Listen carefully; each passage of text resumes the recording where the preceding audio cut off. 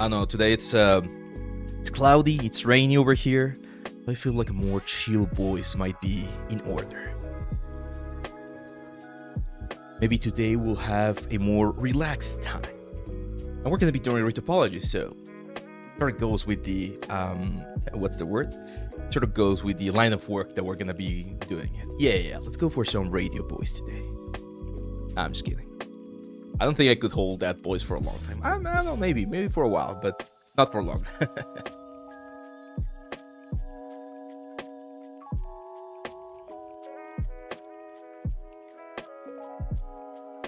What's up, my friends? We got Jolanda Demetrius, we got Marianne Celestialis, Shikitsugu, Matt Ono Fry.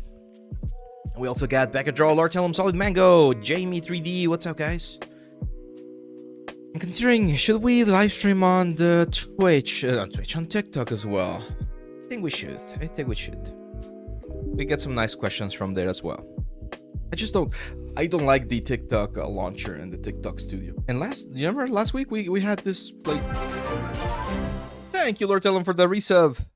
Thank you very much. We had that weird stuff happening last week with TikTok where we were getting a warning about the nudity, even though there was absolutely no nudity. Well, I mean, I guess technically there was nudity, but it was like alien nudity and no genitalia or anything. So, yeah, it was just weird. Hello. How's your week been, my friends? Oh my god.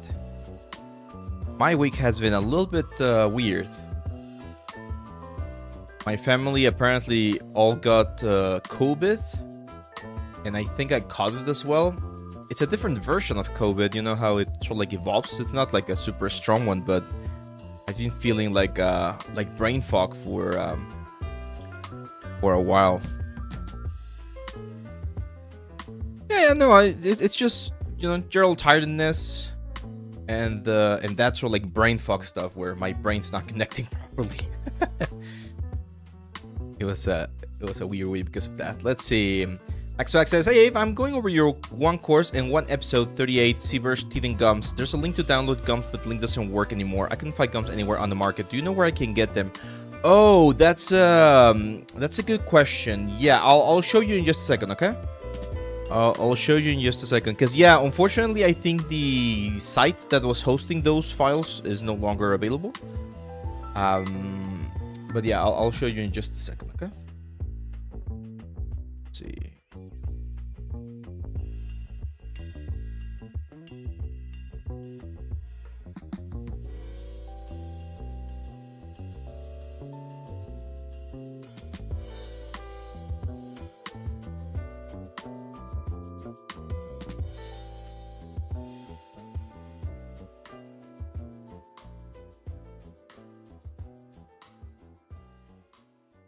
There we go.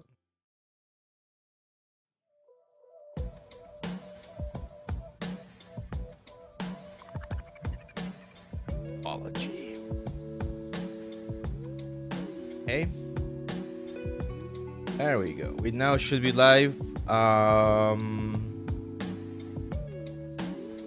We now should be live on YouTube. We should be live on Twitch, and we should be live on TikTok as well. Wait for this thing to connect, and yeah, there we go. We are live on TikTok. Okay, cool. So we'll be starting in just a couple of minutes here. Get your questions ready if you have any questions. 3D Terminals is saying, "I've been learning and switching to Maya 3D from Blender lately." Yeah, so I've talked about that before. If you can afford, give me 1 second.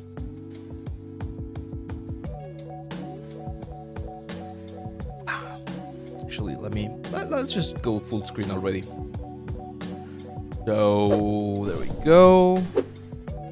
Be there, ready there, and we are ready here. There we go. So yeah, what's up, guys? First of all, good morning, good evening, good afternoon. Doesn't matter where you guys are watching from. I'm really happy to see you here, to have you here on the what's the word, on the stream. So welcome. If you have any questions, if you want to know anything about the 3D world, this is the moment to ask. We're going to be jumping into Retopology very, very soon. We're going to be using Topogon for this. And yeah, hello from France. God, all the way from France. It's awesome. So if you can afford to learn a little bit of Blender and a little bit of Maya, that's like the best of both worlds, right? Because you're gonna be able to have access to certain tools that Blender has that are really freaking good, and then you're also gonna have access to tools that Maya has, right? Which is also gonna be very, very good. So ideally, everyone should be able to move, at least move, right, inside of both of the softwares, like know how to switch into component modes, like modify certain things, adjust certain elements or parameters, like that. That should be something everyone should be able to do. However, I understand, especially Maya, right? Like the main complaint about Maya is the price point, right? Like, so, oh, it's very expensive. Here's my advice. If your school has educational licenses available to you, you should be able to get one, and it's a full free year of Maya, and that's just like great, right? Like you're gonna be able to work with Maya for free for a full year. Try to renew those as much as possible. So as long as you're in school, like try to use Maya. And once you graduate, what I recommend people doing, if you want to invest in Maya, is to go to the Maya Indie license. For some reason, a lot of people are not aware of this one right here. Most countries in the world, not all of them, but most countries have access to this thing called Maya Indie, which is actually the license that I have. As you can see, look at this, like all of them, right? Well, not all of them, but most of them. Most of the main like countries have it. I believe you might be able to use a VPN as well if this is not working for you. But yeah, so for instance, if I go here to Mexico, which is of course where I'm located, and I say, hey, I do have I have the necessary requisites, right? The main thing is you need to be earning less than, I think, like $1 million or something like that, or have $100,000 or something like that. So if you're earning more than that, I don't think buying a license is going to be an issue for you, right?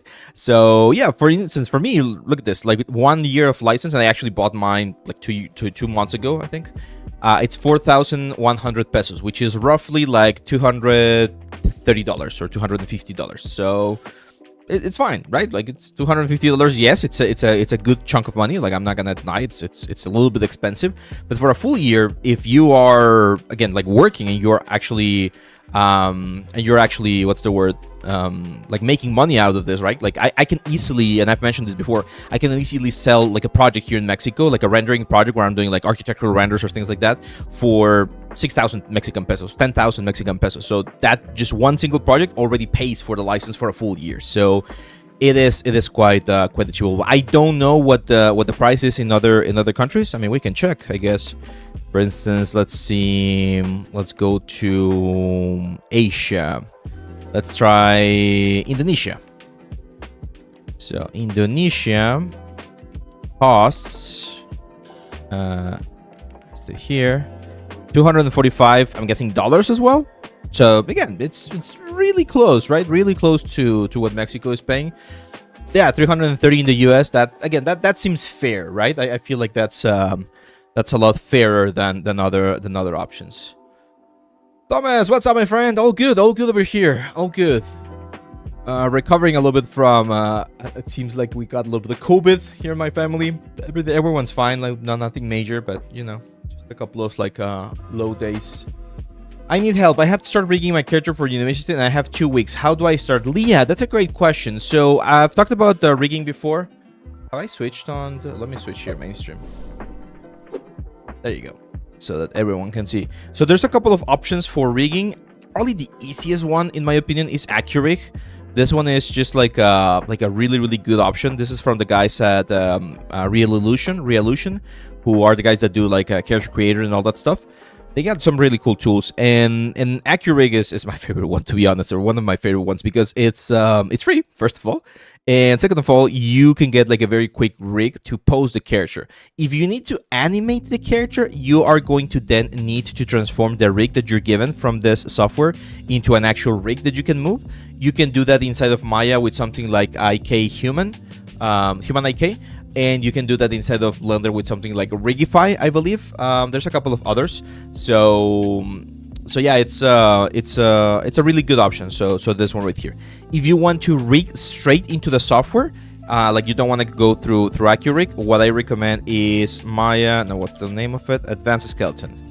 So for Maya, I really like Advanced Skeleton. There's another one out there, but this one's pretty cool. And as you can see right here, it's free for students and indie filmmakers. So there you go. You can use it for that. So you can just download this and that's it. And it gives you all the controllers and everything inside of Maya so that you can actually animate normally, right? And then for Blender, I believe the one that I've heard the most is Rigify. I don't do rigging or animation in Blender, to be honest, but I've heard that the Rigify or this one right here, I don't know, Riggy All, like there's a bunch of plugins out there, right? So just download one of them. You are gonna have to learn it, like that. There's no there's no question about that, right? Like you are gonna have to learn the specific thing, but if you learn it, then you should be fine. Let's see. Oh, there you go. See, CYL Lonarch saying one. Oh my god, you guys have some complicated names sometimes. Leal, Lonarch says Rigify just went free on Blender, so that's a good option there for you.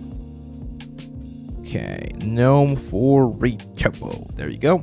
So what I'm going to do here, we're going to jump into retopologizing this character. I've been procrastinating on this one quite a bit. I need to finish it. Like, there's no reason for me not to finish it.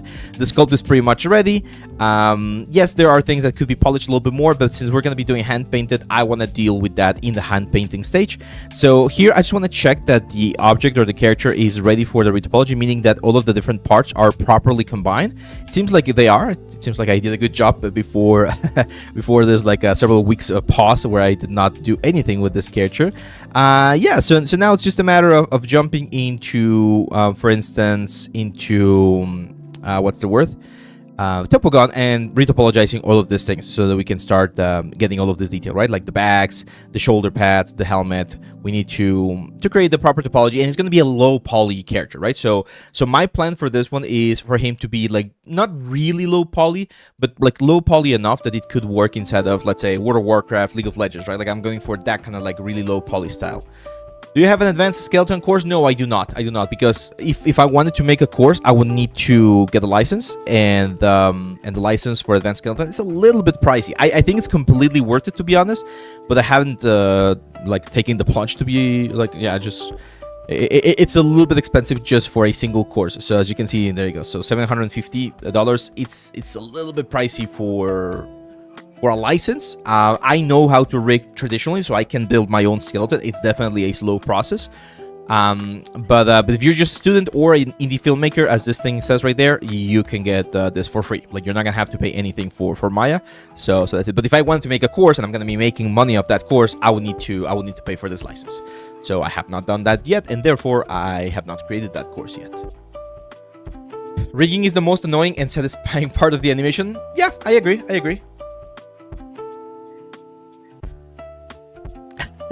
Starflux Games, yes. So we've been working on other stuff. I stopped working on this gnome for several months, actually. So I haven't worked on this one for like past 2 or 3 months, I think. Now we're finally gonna go to it. And yeah, I agree. Like I'm taking way too long on this one. The thing is, we had the contest, and we had like portfolio reviews, and then I was working on an alien that I really like as well, that I hopefully will finish later on. What else did we do? I think we did something texturing related, but I don't remember. Let's see if I have. Oh, sorry, my friends at TikTok, I'm missing your questions. I moved the window and I wasn't seeing them. Let's see. Are there any huge differences between sculpting inside Blender versus ZBrush Maya? Yeah, so sculpting in Maya is hell. You'd never do that. You only do that if you hate yourself, or if you want someone to do it and you hate that person. You never sculpt inside of Maya. No. There's absolutely no reason why you should be sculpting inside of Maya. Sometimes I'll use some of the sculpt tools for some specific things, very simple things, but it's just hell. It's not optimized for sculpting inside of Maya, so you don't do that. Sculpting inside of Blender is really good. If that's what you have, if that's the software that you have access to, then sculpting inside of that one is perfectly fine. And I do recommend doing it. However, the king of sculpting is ZBrush. Like, if you really want to sculpt like properly, ZBrush is the way to go. So I'm gonna re-export this thing. It seems like I had combined everything into a OBJ, and I need this to be an FBX. Why do I need this to be an FBX? Because when you have an FBX, the softwares remember that every single asset, like every single part of the character, is a different one. Oh, it seems like I already had it. I'm just gonna rename that one. So right here, when I imported this here inside of Topogon, I did not get all of the different like pieces. I'm not getting them. What the hell? Why am I not getting the different pieces? That's really weird. It's really weird. Give me 1 second, guys, because I'm not sure why this... Transformers are fine. Am I like combining everything? I'm just gonna rename it to different names. So I'm gonna call this Gnome Retopo New. Actually, I don't recommend using new. Just like 002 or something. Let's try that. No, it's not material based. Shouldn't be. You need more to show them as separate parts. It's a bug. You sure? I've always done FBX. Let me try this. If not, we'll try the OBJ again. I've always done FBX and it was fine. That's weird. Okay, let's try. Someone else is suggesting the Gnome Retopo. Oh, let's just export this again as OBJ. It should be FBX. Like on the Retopo course, I'm pretty sure we use OBJ. Sorry, FBX. Call this Gnome Retopo V3. There we go. Let's update this. Retopo OBJ. Okay, now it seems to be working. That's really weird. Let's see. It's 267 per month. No, PB. You might be wrong on there. Like, check the indie license. If you're looking for Maya, check the indie license. Because it's too much. It's like you're not checking the like that's what big studios pay for. Like that's the studio license at the studio level. But you should be eligible for indie licenses. Is it necessary to switch to a tablet from getting used to a mouse for sculpting? Yes, I do recommend a tablet for sculpting. It's just a lot easier to work that way. So yeah, strongly recommended that you use a tablet. Okay, there we go. So let's start with the beard right here, the beard of the character.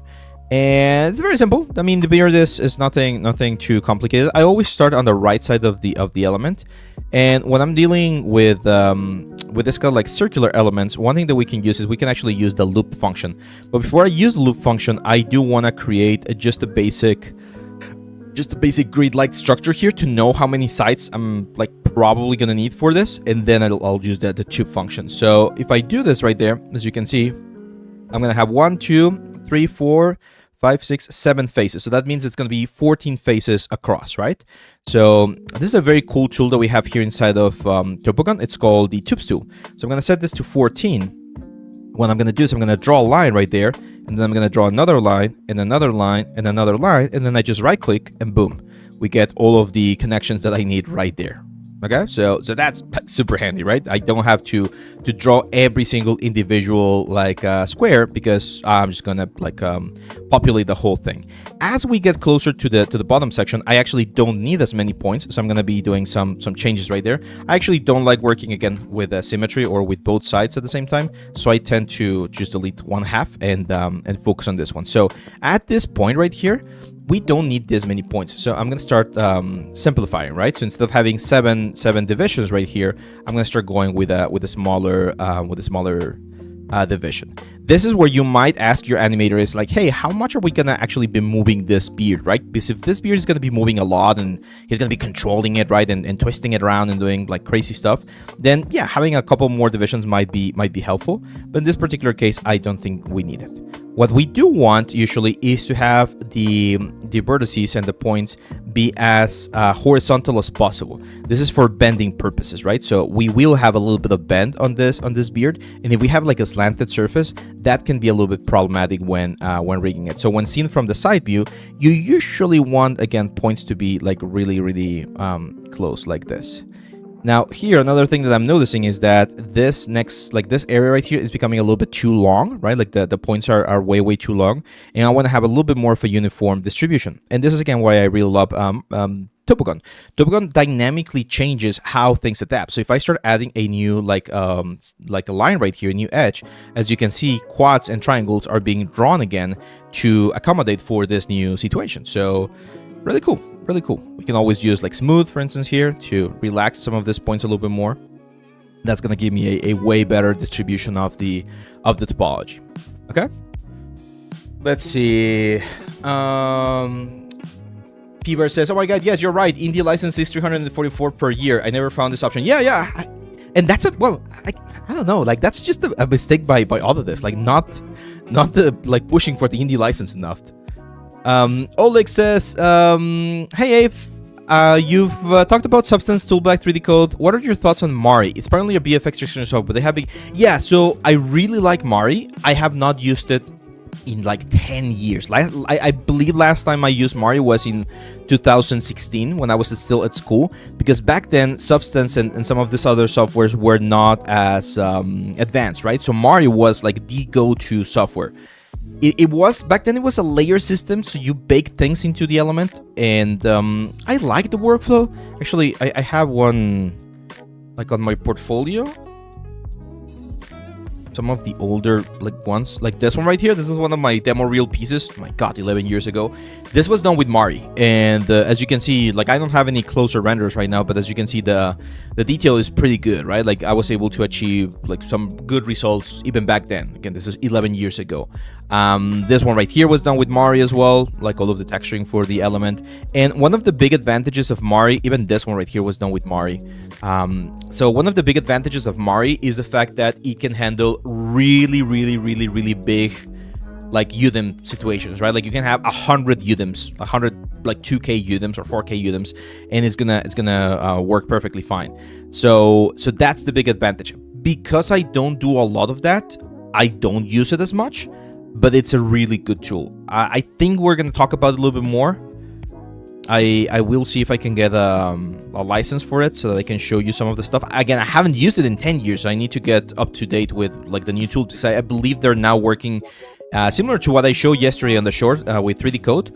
I think they're working now with a what's the word? A node-based system, right? So that's a slightly different approach to what we're used to. So here I want the beard to actually be pointy. So I'm gonna leave this open. And then after we are done with the retopology inside of Maya, I'll just like close it again. Okay. Let's see. Didn't Mari get canceled? Why? Canceled? No.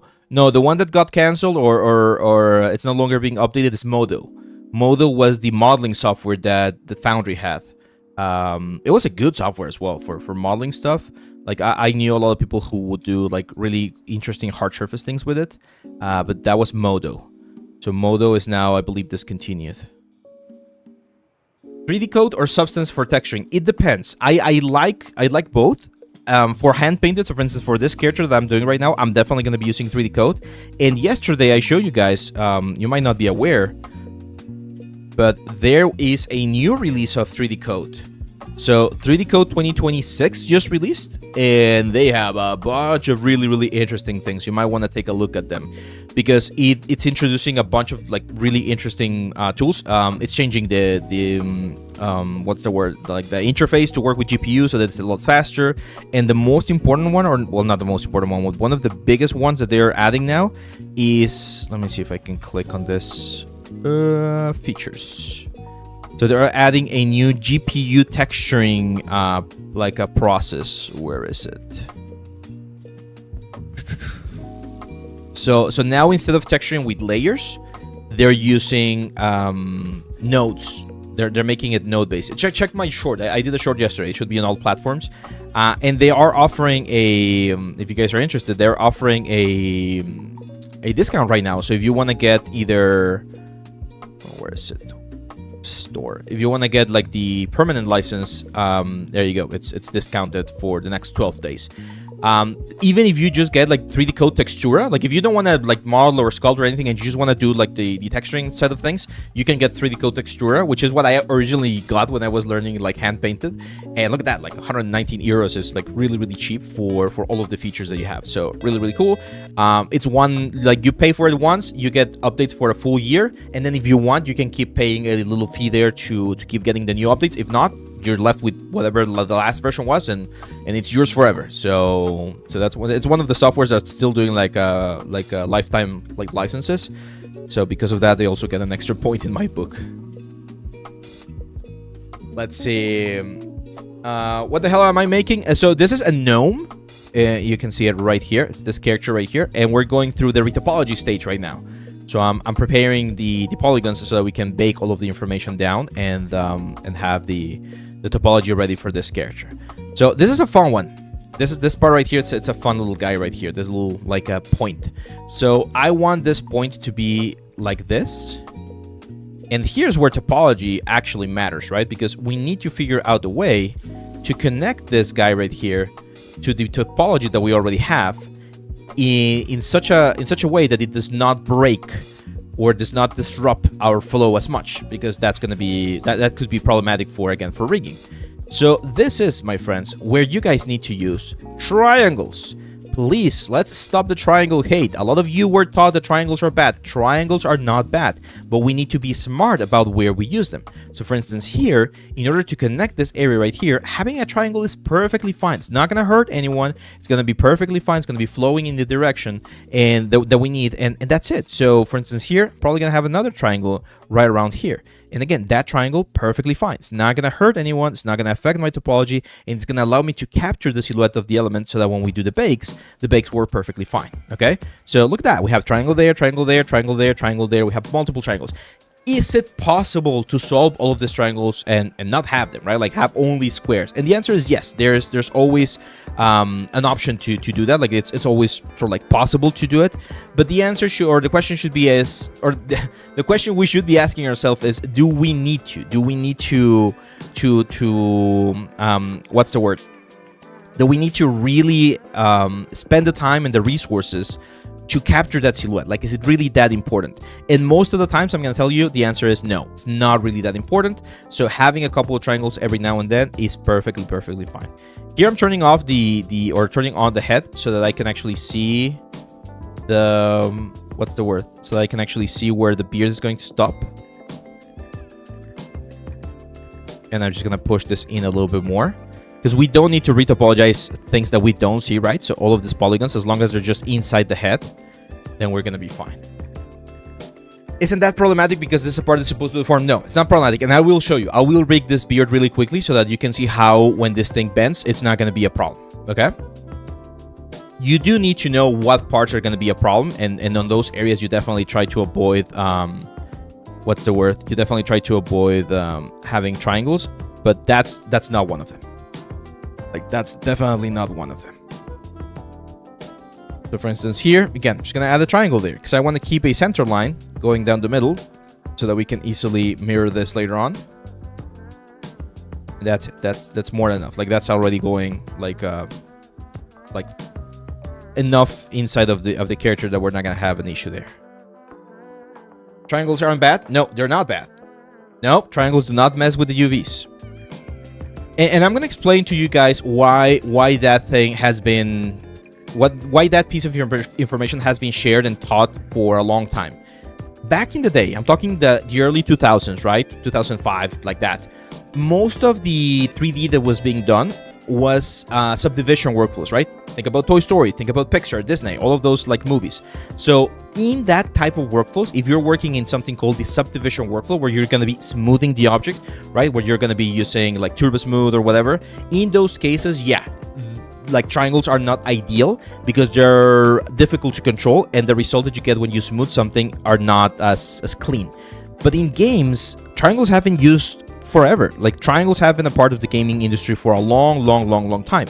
And because we don't smooth things at real time, right? Like when we're rendering the game inside of like Unreal or Unity or whatever, because we don't do anything right there, we don't need to worry about triangles. So for instance, here, I'm not going to create a bunch of like points. I'm just going to do a triangle right here. This is an area that's not going to deform as much. So capturing that little point right there with a triangle is more than enough to have the proper silhouette. And now it's just a matter of like bridging things right here to make sure that everything falls into place. Okay? So it's not the triangles are like super great or everything. We need to understand when to use them. For instance, here I'm going to add one more division, because I'm not capturing that profile as nicely as I would like to. Right? So see that bump right there? See how that bump's not being captured as nicely as I would like to? That's where I start adding extra points. So I might need to add a couple of extra points right here. Like that. So that we can properly cover that area. And then, because I don't want to have too many points going anywhere else, I might just stop that with a couple of triangles, okay? So the triangles allow me to capture that silhouette a lot nicer, or a lot in a simpler way, without having to worry too much about the effect. And because, again, this is the beard, this is not an area that's going to deform too much or whatever, this is perfectly fine. We're going to talk about some of these faces in just a second as well, because we're dealing with something that's a little bit tricky. I'll explain why. But look at that. I have a whole mess right there of triangles, but that's what I need to capture most of the volume on that area. And again, that's perfectly fine. Silly question. Why do we sculpt with texture brushes when we still retopologize later? Because all of the information that you sculpted with the brushes, all of the information that you sculpt with your brushes will be projected, will be transferred, let's say, into a normal map, right? So you still want to have that information. That's the information that you want to be able to capture. Okay, so let me show you why all of these triangles are not a bad thing, and I'm also going to show you how to even clean this a little bit further. So I'm going to export this mesh. Let's call this beard clean, and let's go here, and let's grab beard clean, and there we go. So this is my beard clean, right? The one that we just retopologized. I'm going to go to the front view. And the first thing I'm going to do is I'm going to, of course, do a mirror. So I'm going to grab all of the edges, except for this ones right here. Right? I just want to have the edges on the very center, except for this ones right here. And we're, of course, going to scale them and snap them like that. Once we do that, we can do a very simple mirror, right? X negative world. There you go. And that's going to be my full beard for the character. The amount of polygons, as you can see, we only have 412 triangles. That's perfectly fine. Could we minimize this even more? Yes, we could definitely do that. But yeah, it's the this is the ideal sort of like positioning. So first of all, the optics is not going to look like this. When we are dealing with hand painted stuff, we're actually not going to be seeing any shading. So if I go here to shading and I set this to flat shade all, this is how it's actually going to look. Shading. Sorry, use flat lighting. There you go. This is how it's going to look. So as you can see, what I care the most about is not actually, again, the shading itself. It's the silhouette of the character. That's why triangles were so important on this thing. Okay. And for those of you that were worried about like the rigging aspect of this thing, don't be. Get here. I'll show you. You can see here we got this point. One thing I'm gonna do is I'm just gonna play a little bit with the thickness. I'm gonna push this a little bit more. Maybe make this a little bit smaller. If we want to, we can even sort of like add a little bit of a swirl right there. So right now, I just want to make sure that this looks nice, right? Like balanced. Like the curvature and everything should look pretty clean. I know this is getting away from the high poly. I don't care, because this is what we're going to actually be seeing on the game. So if we were to rig this thing, right? Again, this is going to remove all of the fears that you guys have about, what's the word? About rigging and deformation and stuff like that. I'm going to create a simple bone right here at the top. And then I'm going to create a little sort of like chain, right? I'm going to try to have the chain be on one of the bends of the element, as I mentioned before. So there you go. Okay. That's my chain of bones right there. And then the only thing I need to do is select everything, select that guy right there. I'm going to go to rigging, skin, and I'm going to bind skin. I'm just going to do select the joints, closest distance, max influence. I usually recommend 3 and just hit apply. There you go. So now this thing is rigged. I've successfully rigged this thing. So if I grab this bone right here and I move it, there you go. The what's the word? The beard is going to move. Now, why is this important? Because since this is in a chain, I can actually grab all of the bones right here and rotate them at the same time. And look at that. The beard is going to rotate the way I expect it to, okay? So I can grab 1, 2, 3, let's say right there. And as you can see, this thing is going to move very, very nicely. And even though we have triangles on the topology, I don't care, right? Like the triangles are not breaking the animation. They're not breaking the deformation. It's looking perfectly fine. So we're going to be able to animate this character again without any issue. We can even twist things around. Look at that, right? We can move it. So we can do whatever we want in terms of animation, and it's not going to be a problem for the element. So please don't be scared of triangles. Now, if you don't know where and why we're adding certain triangles, well, that's something that you need to learn. Of course, there's a specific sort of like thought process that we follow when we're doing this kind of retopology, and we try to follow it to the best of our abilities to make sure that we get, well, the best result. Poles aren't an issue until that part isn't moving too much while animating. Yeah, poles are not an issue if, again, as you're mentioning, if it's not moving too much. I guess on the back of the beard you can merge some edges to get lower. Yeah, so that's another thing that I want to talk about. I've seen this this content creator. I'm not gonna call the content creator out, but what this content creator is doing is they're going to some old games and they're exploring the models of those old games. And a couple of days ago, they showed a model from Assassin's Creed, the Revolution, or one of these ones, the one in France. And the model, the character, had a very pretty dress, like super advanced dress, and it had something like 400,000 triangles, 400k triangles. It was pretty, like, it was a great model, and the content creator was saying, oh, this is not optimized enough. It's like, no, it's perfectly optimized. The game shipped. I know it shipped with bugs, but it was not bugs related to the poly counts, because nowadays, my friends, engines are not struggling with poly count. That's why we can have so, like, pretty games. That's why AAA games are looking really, really good. So don't worry too much about the poly count. Yes, it's important. Yes, if we can optimize, we optimize. But if this beard is 402 triangles right now, and I optimize it and I make it 380, the change, the optimization that I'm gonna get there is negligible, especially today. Like phones, for God's sake, like phones can run freaking Fortnite and Free Fire and all of these guys with like really high polygon counts. So it's not a problem, okay? You don't need to hyper optimize everything. You need to optimize based on what the project requires. For this project in particular, I want to go close to what I've done in some of my other characters, like the Undead Pirate for the hand painted course, right? So this is my target polygon, something like this. Okay, this is what I want to go for, and as you can see, it's matching, right? Like the size of the triangles and elements that I have, for instance, on this beard right here is very similar to what I have right here, because this is the level of detail that I want to go for. But if I needed to push this like really, really high, I could, and it's not gonna break the engine. Okay, so of course, always check this with your art lead, with your client, about like the type of resolutions and divisions that they might need, but don't worry too much about it. Okay, it's not the problem. Hi, I just want to ask that it's my dream to be a game dev. What do you recommend in 3D modeling? So 3D modeling is one of the parts of the game dev. I'm gonna be completely honest with you. With how things are going nowadays with the industry, I would not recommend 3D modeling to be your only thing or the only thing that you do. Because if you just focus on 3D modeling, you're gonna be limiting yourself quite a bit. So in my ideal world, like if I'm hiring someone for my team and they are modelers, they need to be modelers, they need to be sculptors, they need to be texture artists, and they need to be able to present, so know a little bit about like light and composition, maybe a little bit about shaders as well.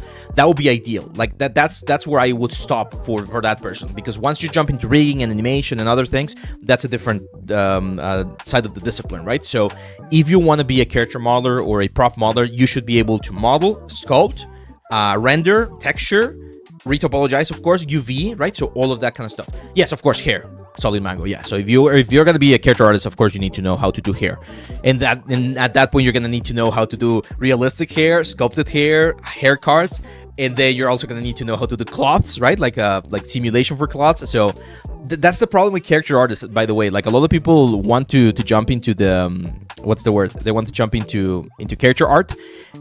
the reason why character art is so tough and so competitive is, first of all, everyone wants to do it, right? There's a lot of people out there that want to be character artists.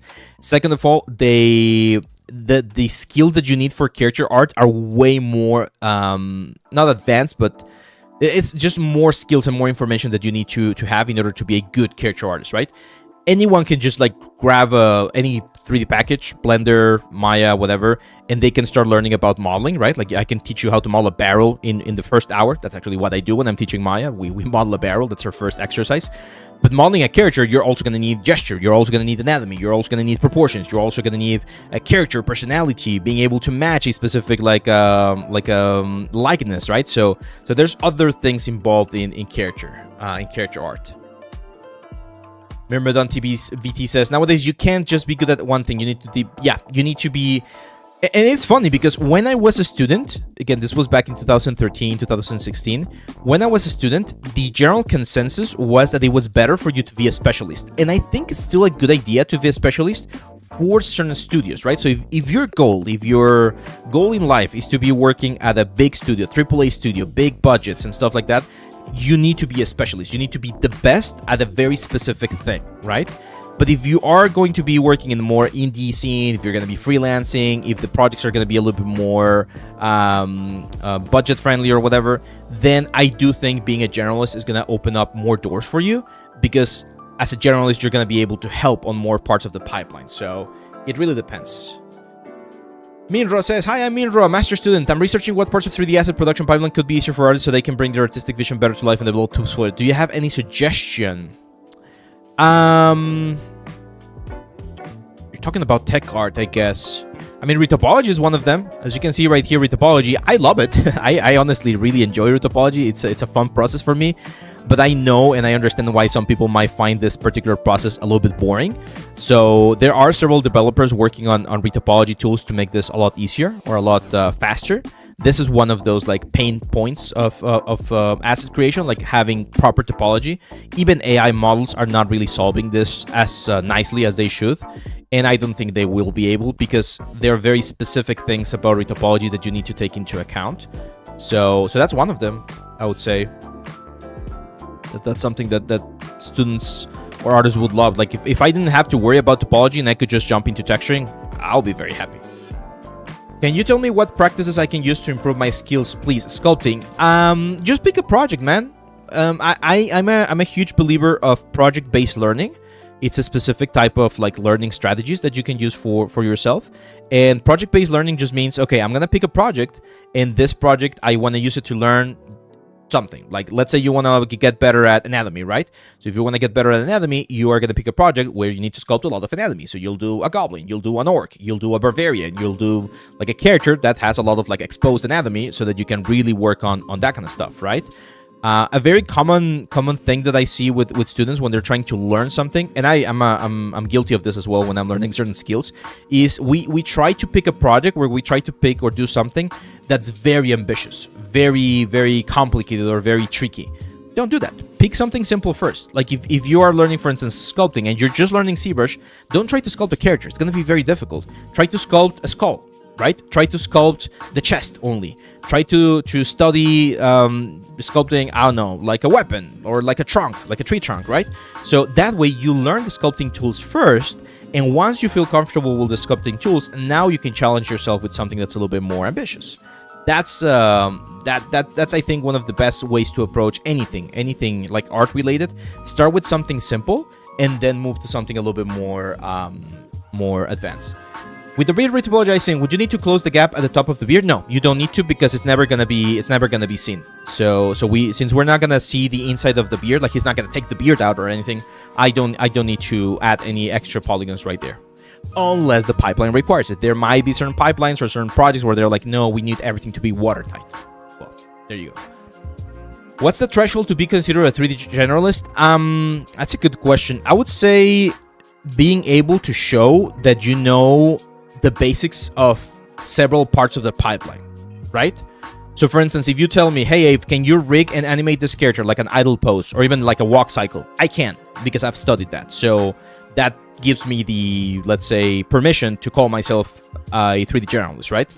But if I can only sculpt and texture it, then I would not call myself a generalist. I would call myself just like a modeler, or like a texture artist, or like a prop artist or whatever. So it's showing, or being able to show that you know how to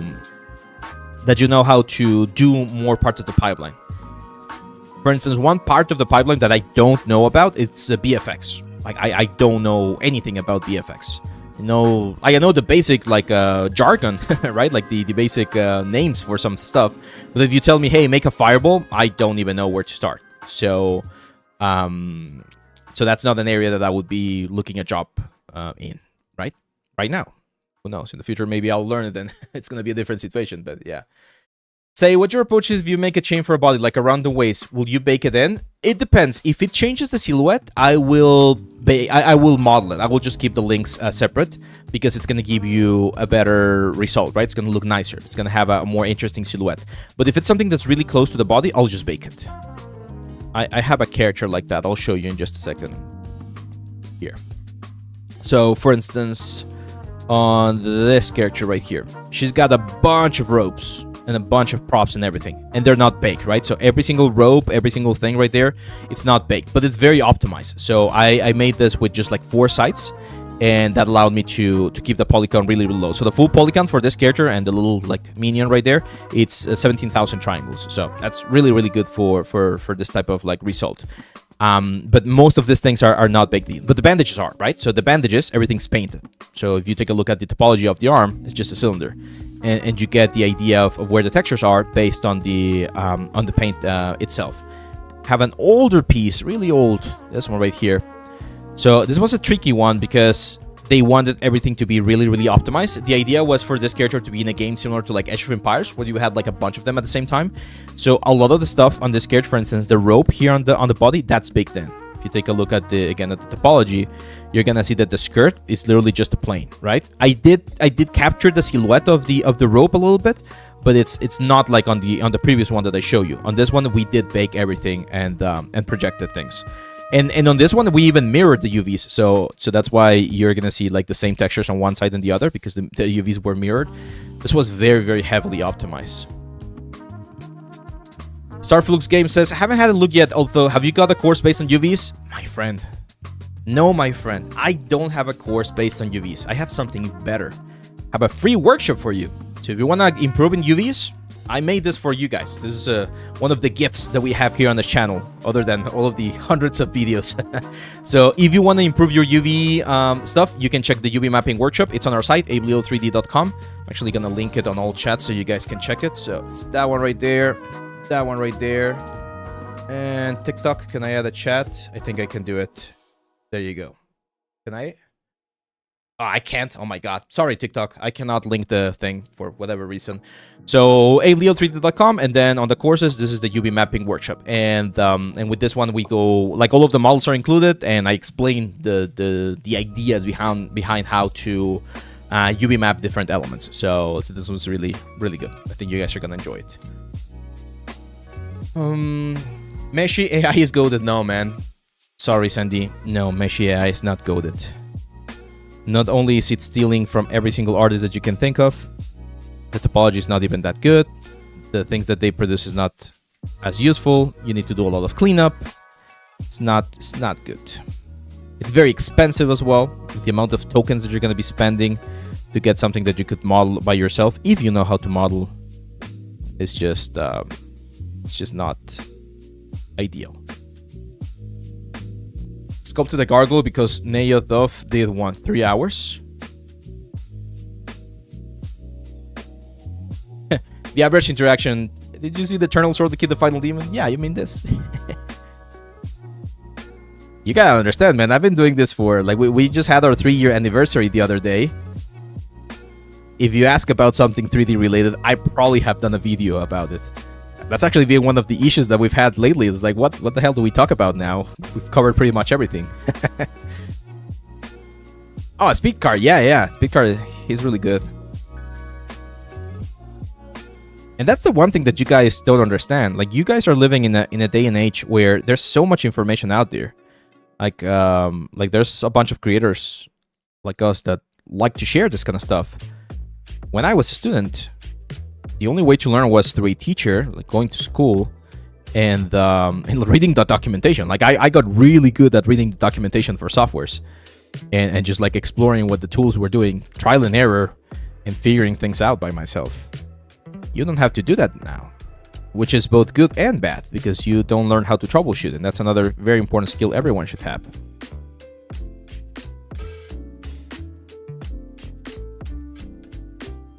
Go. Let's see. When doing a retopology, especially when I have to work around a specific triangle number limit, how do I know when it's good to use triangles instead of squares in certain areas?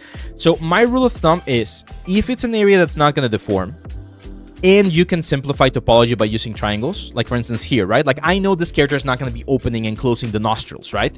So because of that, I can have a couple of triangles and that's fine. So if you can simplify those type of areas, then you're going to be fine. Another thing is if that triangle helps you get a better silhouette, then it's probably a good idea to use it, right? Because better silhouettes are always a plus rather than having perfect topology. For instance here, right? Are we ever going to see this mouth? No, this mouth is closed. There's no mouth. So because of that, I can start having bigger and bigger squares. And what's going to happen is as I go lower here in the direction of the face, I'm just going to start simplifying. So I don't need to bring all of these loops down here into the chin because the chin is going to be covered by the mustache. So I can start simplifying with some of these triangles right here because all of this area, again, is going to be covered. So it's knowing where and why to use certain elements. Nati is asking, so you use Blender or just Maya mostly? I use Maya mostly. I do use Blender quite a bit. A lot of my students, especially on mentorships, they use Blender, and I'll try to use Blender. I know how to use both. I actually have courses for both if you want to check them out on the site.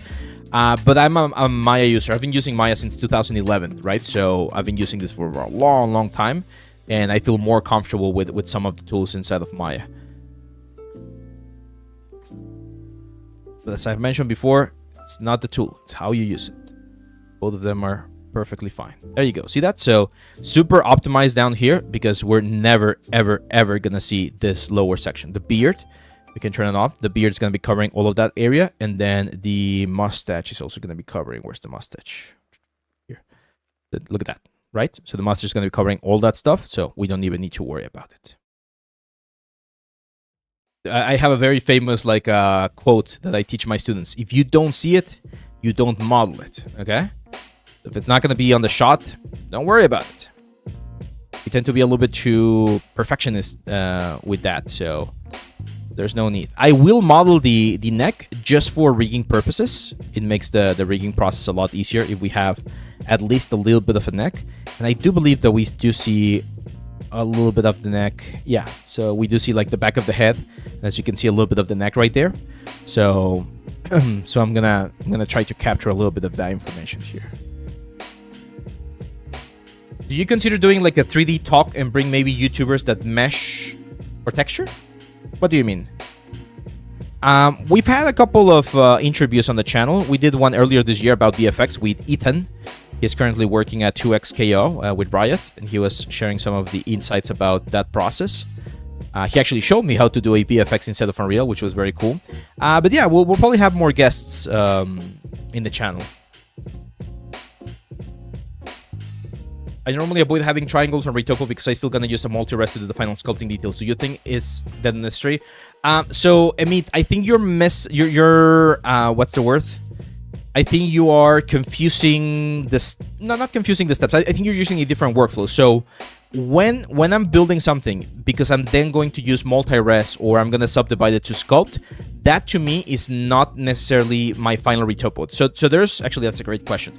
There's two ways to do an asset, character, asset, whatever it is for video games. Some people, like myself, I like to do the high poly first.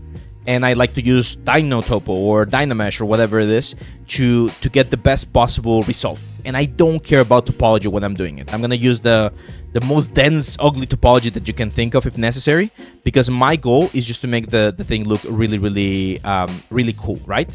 That's my my goal at that point. And then I'll do the retopology. And at that point, I don't care about triangles or anything because I'm just going to be projecting everything with the normal map. I'm not going to be resculpting anything.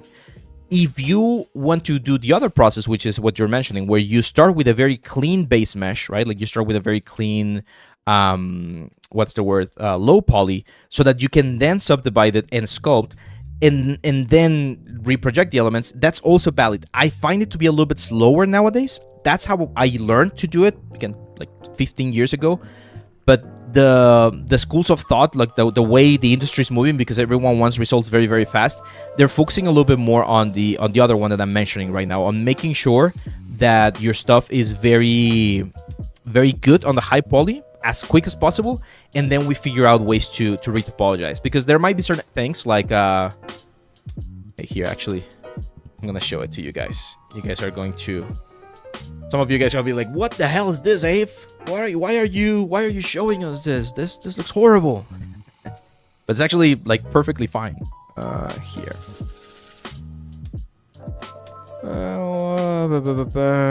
2026 UVs, project files. This one, Firetorch. So this is part of the UV course that I mentioned. And look at this. We have this Firetorch thingy, right? So this is an asset that could be inside of a game, and there's going to be some fire here, right? Like you get close to it. It's supposed to be like this Mayan or Aztec ruin or whatever. I want you guys to look at the topology. So if we go into the wireframe, look at that. Actually, let me turn on the topology here. There we go.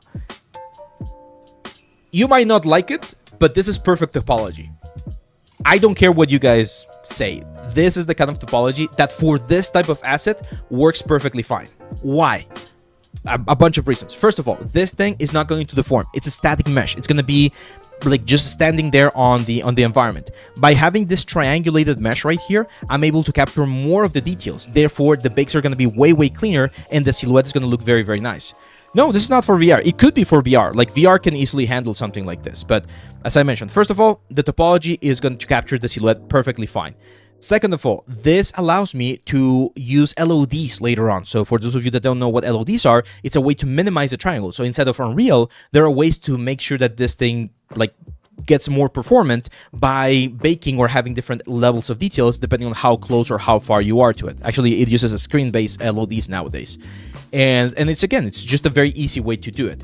What's the only problem with this type of topology? That making UVs can be a little bit tricky. But as you can see, and I show how to do this on the course, by the way, you can get relatively clean UVs by maximizing the space and everything and get like a nice distribution. And then you can take this into Substance and just texture it normally, and you're going to be perfectly, perfectly fine. So even though this looks like really, really bad topology, for this type of asset, this topology is perfectly, perfectly fine, okay? How do you handle edges in there, though? You don't handle the edges. That's the point. Like you will get some there are some advantages and some disadvantages of using this process right here. But this is a process that's being used again in all of the AAA games nowadays, especially again for environment pieces, things that are not going to deform and things that might have a really, really complicated silhouette. Okay, so instead of and you know how long it took me to do this retopology right here? I want you guys to guess. How long do you think it took me to do something like that? Like that retopology. Let's hear some guesses. Let's see how close you get. 20 minutes we got from Stalins. No, not 2 days. Steady streaks. Nope. 1 click, says Alan. 3 ZBrush seconds. 2 hours. 1 minute. No, Alan is right. It was just 1 click. This is decimation. I decimated this thing inside of ZBrush, which you can also do here inside of Blender, and you can do it inside of Maya. So this is a decimated version of the sculpt of the element. So it took me 1 click. 10 seconds. How long it took my computer to like process this thing, that's how long it took. That's it. I don't have to worry about topology for this thing. So this is perfectly valid topology, okay? And if someone tells you it's not, they're not up to date with some of the practices that are being used in the industry. Because for certain assets, not for a character of course, but for certain assets, that topology that I just showed you is perfectly valid topology, okay? So that's why you need to study. That's why you need to read. Yeah, that's why you need to ask people. That's why you need experience. Because when you start learning about these things, you're like, oh, now I understand. I can do that kind of stuff for this kind of assets in this specific situations. Okay? Again, you don't do this for character. But if it's a statue, right? Like if it's a character statue, perfectly fine to do it. Perfectly fine to do it. Oh, you know what? It's another great option or great thing about this topology: vertex painting. Because we have so many vertices right here, and again, it's not that many. Let me check how many we have. Statistics. We have 18,000 triangles. So not that bad. Again, for a AAA game, this is perfectly fine. 18,000 triangles. If you have something like this, you don't need to worry about this. I'm gonna show you something cool, guys. I think you guys are gonna like this.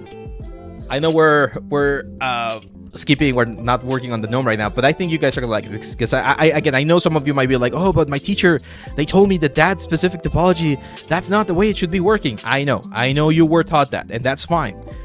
But there are, again, there's solutions and options for multiple different situations. Okay, so I'm gonna show you why this is also really, really good. Would you have to retopologize a character that doesn't deform? Ideally, yes. So for characters, I do like to have cleaner topology because you wanna have a little bit more control on the element.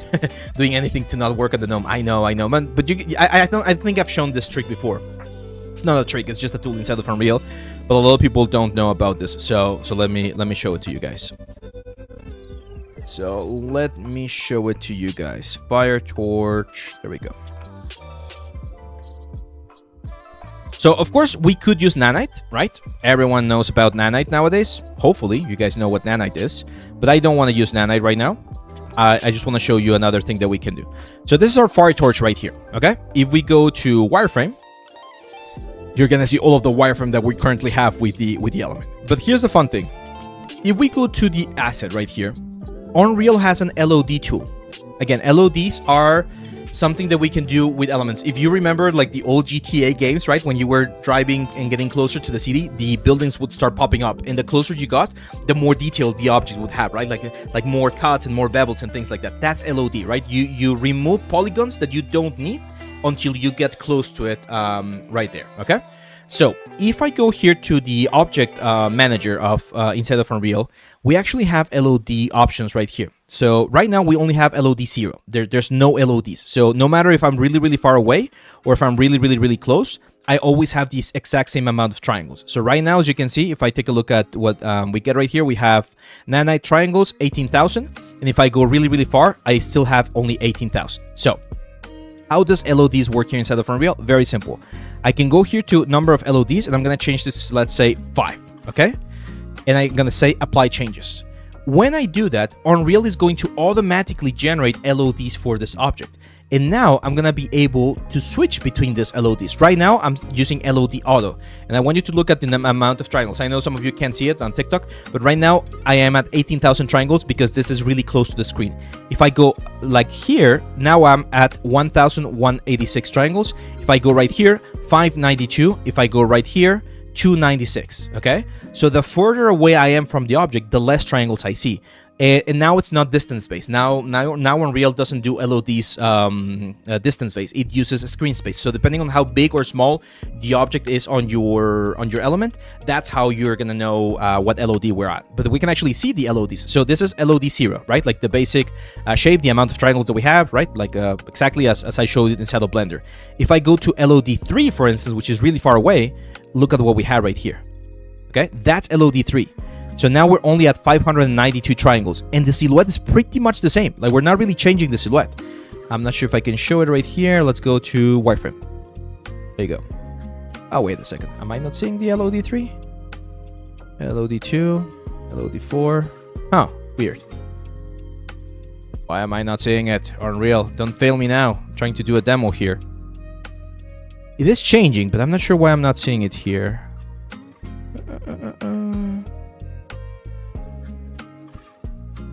Let me save. Is that it? LOD 0. I'm pretty sure it might be because nanite is enabled. Yeah, I'm gonna remove nanite and let's save. Let's see if that solves the issue. Oh man. Okay, let me see if I can see it here with the wireframe.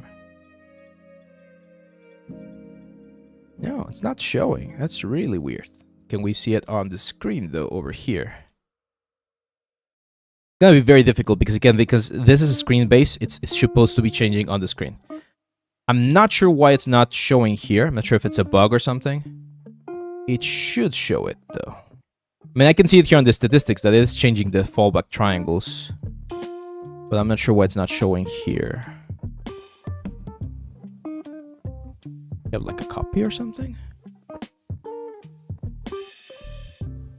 Huh, that's really weird. I'm gonna have to check that, but you're gonna have to trust me on this one, guys. The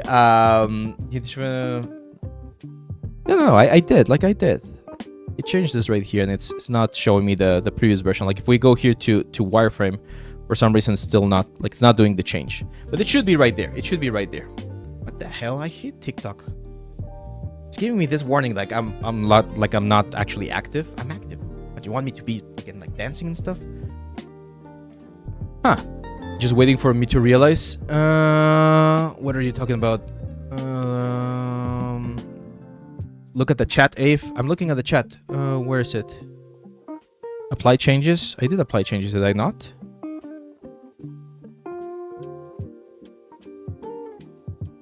Oh, over here. Thank you, guys. Thank you. Is that it? There you go. Thank you, guys. So Nanite was messing with me right there. There we go. Now we can actually see the LODs. So this is LOD 0. This is the full amount of triangles that we're seeing right here. This is LOD 3, right? Like really far away, we start losing information. We have, there we go, lid wireframe. There you go. So when we are really far away from this thing, this is what the engine is actually going to be loading. And we can go all the way to LOD 4, for instance, and look at how low poly this looks, right?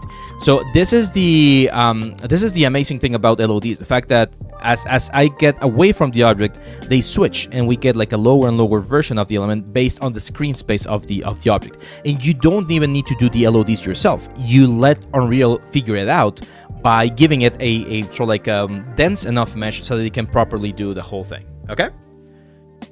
Yeah, thank you guys, thank you. I missed that one. I missed the button there on the Nanite stuff. So this is Unreal Engine. Yeah, this is Unreal Engine. Let's see. It's not that easy. What? It's not that easy to answer. It really depends. If you go modern AAAs, yeah, exactly. Like every project is going to be a little bit different. I assume the more realistic you want your game to be, the more LODs you will employ, right? Not necessarily, because every LOD that you save, it's extra memory. That's why games are super heavy right now. So I usually do like 3 or 4 LODs for like big objects. Smaller objects, you sometimes just need like 2 LODs or 3 LODs. It really depends. And you actually have options here when you're creating the LODs. You can have different, like for foliage, for high detail, for a large prop, for a small prop. So depending on the type of prop that you're working with, there are specific settings that are like preset so that it's a little bit easier for you. So yeah, that's the whole like lesson there about LODs, my friends. So all of this came because someone was asking about what should the poly count be for a specific thing, and the answer is it depends, but at the same time, don't worry too much about it. It is important to always discuss this with your art director and your client and anyone who's in charge of the project. But the most important thing is to make sure that the silhouette of the object or the character looks as nice as possible, and that you're capturing as much of the detail as you can, right? Like that's what's going to give you a good result on your element. So even if we have a couple of poles right here, again, because this is an area that's going to be hidden by the helmet, I don't care too much. That's still confusing. To what triangle should I be aiming for? I wish there was an average norm. There's no average norm, but there are certain guidelines that you can follow. So, for instance, my best advice is if you are doing a project, like a portfolio project, and you want your portfolio project to be close to a specific project that's out there. Let's say you're doing like an Elden Ring thing, right? Try and see if you can rip the models or find someone who can give you some information about the models. And if you realize, hey, most of the characters in Elden Ring are around 20k, 40k, 60k triangles, well, that gives you a ballpark, right? If it's a very complex character with a lot of props and a lot of pieces, then having 60k triangles is going to be perfectly fine. If you're just doing like a ghoul or like a skeleton or whatever, maybe having 20k triangles is going to be more than enough. So look at the information that you might be able to find online. People nowadays rip every single model, right, from games, and see how many like vertices or elements they use, right? That's the easiest way to get a ballpark, but you don't need to match. Like you're not gonna get, like, even if your client tells you, hey, I need this character to be 15,000 triangles, right? Or I don't know, like that seems a little bit too heavy. Let's say 30k triangles. Like if your client says, hey, I need the character to be 30k triangles, and you deliver the character and it's 32k triangles, they're not gonna be mad. Like they're not gonna fire you. If it's really, really, really important that it's 30k, sure, you're gonna have to find a way to optimize it a little bit more, but 2K difference, like a 5%, 10% difference, it's not going to kill the project. Okay? Is it normal to have triangles in Retopology? Yes, it's quite normal, and it's actually, I recommend it. Specifically for certain parts of the asset, it is recommended to have some triangles on the project. They are going to help you. Triangles are your friends. Don't hate triangles. I'm going to make a shirt that says "Stop Triangle Hate." Because they have a bad reputation. Engons are the ones that we need to hate. Those are not good. And even them, sometimes they can be useful, but most of the times you do want to avoid triangle or engons like the plague. Because those are the ones that can really break something. So those are the ones that you really take care of. What program do you use for Retopo? So right now I'm using this program called Topogon. Topogon is a specialized program, specifically programmed or specifically created for Retopology. I love it. They're actually sponsors of our contest right now. So if you're part of the contest and you win, you're gonna win a perpetual license for it. And they do offer perpetual licenses, which is amazing. No subscription needed, so you just get it, like, buy it and you have it forever.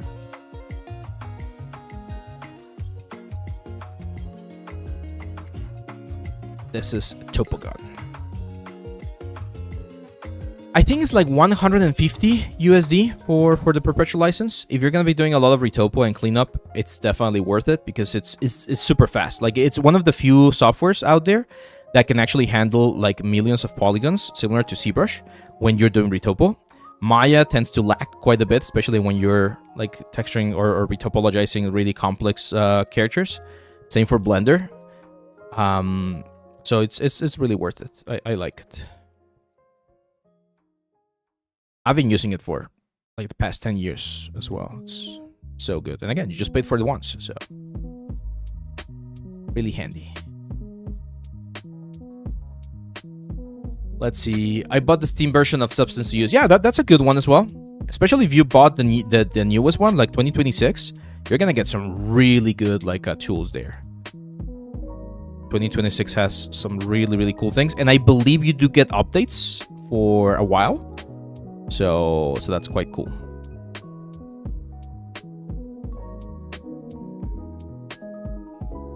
Like, I think you get like a full year of updates, right?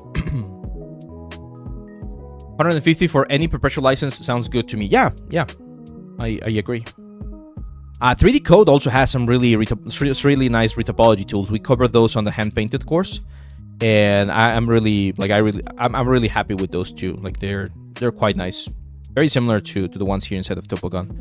So if you know, for instance, if you know you're gonna be doing a lot of like hand painted stuff, my advice would be to get the 3D Code license because it has everything you need. So you're gonna be able to even sculpt if you want, and you can do retopo, and you can do, of course, hand painted. So 3D Code is what not everyone, but a lot of people inside of Blizzard and inside of Riot, they use 3D Code for hand painted stuff. Let's see. I'm studying 3D. Does this program also work for 3D scans? Yes, it does. It does. And it actually has some cool tools that you can use for like auto mapping remeshing, kind of like Z-remesher, right? Or decimation. So yeah, you can use 3D scans as well. I think on the retopology course that I have, we do talk about 3D scans too.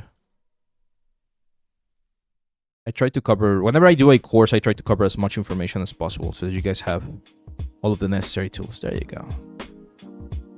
Now here, I'm actually just going to do the eyelid because I'm thinking about doing something different for the eyes later on. I actually don't know why I combined the eyes. I shouldn't have. I'm just going to do a first pass there on the eyelids. And then inside of Maya, I'll just extrude that and complete it. There you go. Yeah. Oh, missing this part right here. Cool. So let's save file, export mesh. This is gonna be head clean. It's the first lesson on the Retopo course. The scan? Oh yeah, that's right. The Triceratops head, right? Like that's a 3D scan. Yeah, that's right. No, but I mean on the course, I think on the later lessons I show how to do the automatic like remeshing and stuff like that. So let's now bring in the get clean. Get clean. There you go. Okay. So same deal. I'm just gonna grab all of the edges here on the center. Make sure I'm not selecting any on the inside. So just those. R. Scale them in, snap them. And then we can do a mirror. There you go. Let's do this. So here, I'm just gonna Control E, push this back. For instance, because these things are gonna be behind the eyes, I'm just gonna say mesh, then fill hole. Grab that guy and edit mesh and poke. That's it. And let's do a mirror again. Perfect. And just out of habit, I'm gonna do a mesh display soften edge. Where is it? There you go. So that's gonna be my low poly for the head. As you can see, only 1,000 triangles, right? So that's it. The important thing here is that in this case we have a little bit more resolution on the head than we do on the beard. Why? Because the head is a little bit more important than the beard, right? Like there's gonna be more information, more expressiveness, like we're gonna paint some wrinkles, things like that. So we definitely want to have a little bit more resolution right there. Now let's do the mustache. So let's turn this off. Turn on the mustache. And this is one of the things that I love about 3D Code, the fact that you can isolate the different pieces and just work on them without being distracted. So with this program, also be good for car parts. Yeah. So if you have like a LiDAR scan or something like that of a car part, and then you want to retopologize it to have like proper subdivision workflows or whatever, yeah, this one is also very good for that. Similar to the beard, I don't need to do every single part of the inside of the mustache. I just need to capture this part right here, right? Like this. So like this direction. 3D Code has a sale going on. Do you think I could replace ZBrush and Maya with 3D Code and Blender? I also have Marmoset. I'm trying to move away from prescriptions to aside from Marmoset. Yes. I mean, all of the tools inside the 3D Code are really, really good. I've been using it, and we're going to be using it quite a bit for this character eventually when we get to the painting stage. I'm not like, I haven't used all of like the poly modeling options, right? So I won't be able to give you a very informed decision of whether or not the tools are as competitive, let's say, as the ones inside of Blender or Maya. However, I think they can be. So especially if you like want to move away from subscriptions, you just want to have a software that does it all, I think it's a good option. Like I think it can be a really, really good option. Just keep in mind that, for instance, in terms of sculpting, ZBrush has been like one of the kings for a long time. And because ZBrush is not a 3D software necessarily, like it works very similar to a 3D software, but it's not exactly a 3D software. It's optimized to handle, for instance, a little bit more topology. So it depends on what you want to do. If you're gonna be doing things like what I have right here, like a little bit more stylized, I think 3D Code is perfectly fine. But if you want to go to like the multi-million elements, I do think ZBrush is still gonna be worth it. So it depends on your goals and the kind of like art you want to create. But it is possible. Like if you just want to like texture, sculpt, model everything inside the 3D Code and then render in Marmoset, that's a great package.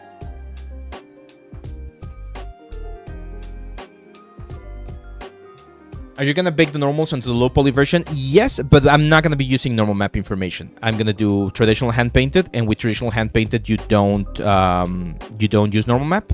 You just use color information. So everything lives on the color map. There's been a couple of new techniques. People are using something called NPR, non-physically render, where they do keep the normal maps and they add like glossiness and metalness. It looks very nice. It's similar, not exactly, but similar to what they did in Arcane.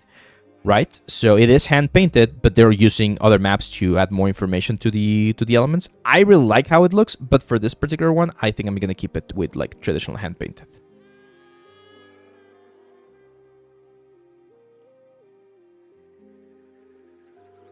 I'm some confused on whether I should focus on hard surface modeling or low poly game asset modeling. What would the futuristic goal for 3D modelers in 2026? If you were asking me this question in another year, I could give you a more honest answer, to be honest. But right now, with how things are in the industry, we've talked about this. I made a video 2 weeks ago about the state of the industry, my opinion on it. We're in a tricky spot. So I think you should be learning as many tools as you can so that you can pivot to whatever we see it's going to be like the next thing, right? Because right now, things are definitely on a very chaotic state everywhere. Movies, commercial work, games, software, tech, right? Like we're in a really tricky situation.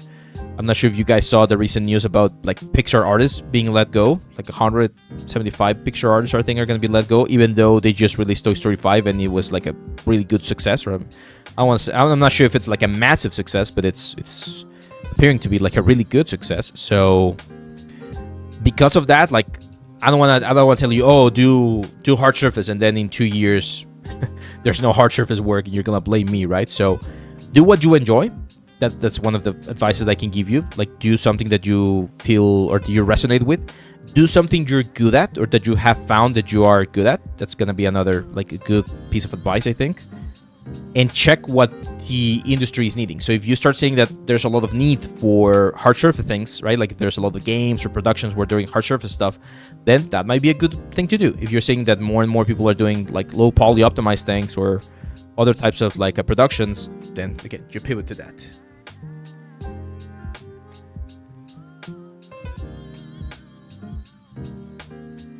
Have you made environments before? Yes, I have. They're not the greatest, to be honest. You can see them on my portfolio, some of them.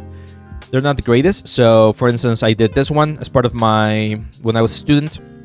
I liked it. It's not optimized for games, but I liked it. I did this one that was a little bit more optimized for games. Again, I liked some parts of it, not everything. I did this one as another part of my demo reel, which again, I kind of like. And then I did this one for a course several years ago. I like this one quite a bit. I think I managed to capture a nice little essence here on this little environment there. But that's it. I haven't done environments recently, to be honest. I've done assets and stuff, but I haven't done a lot of environment work. I did this one, again, several years ago. So I've done environments.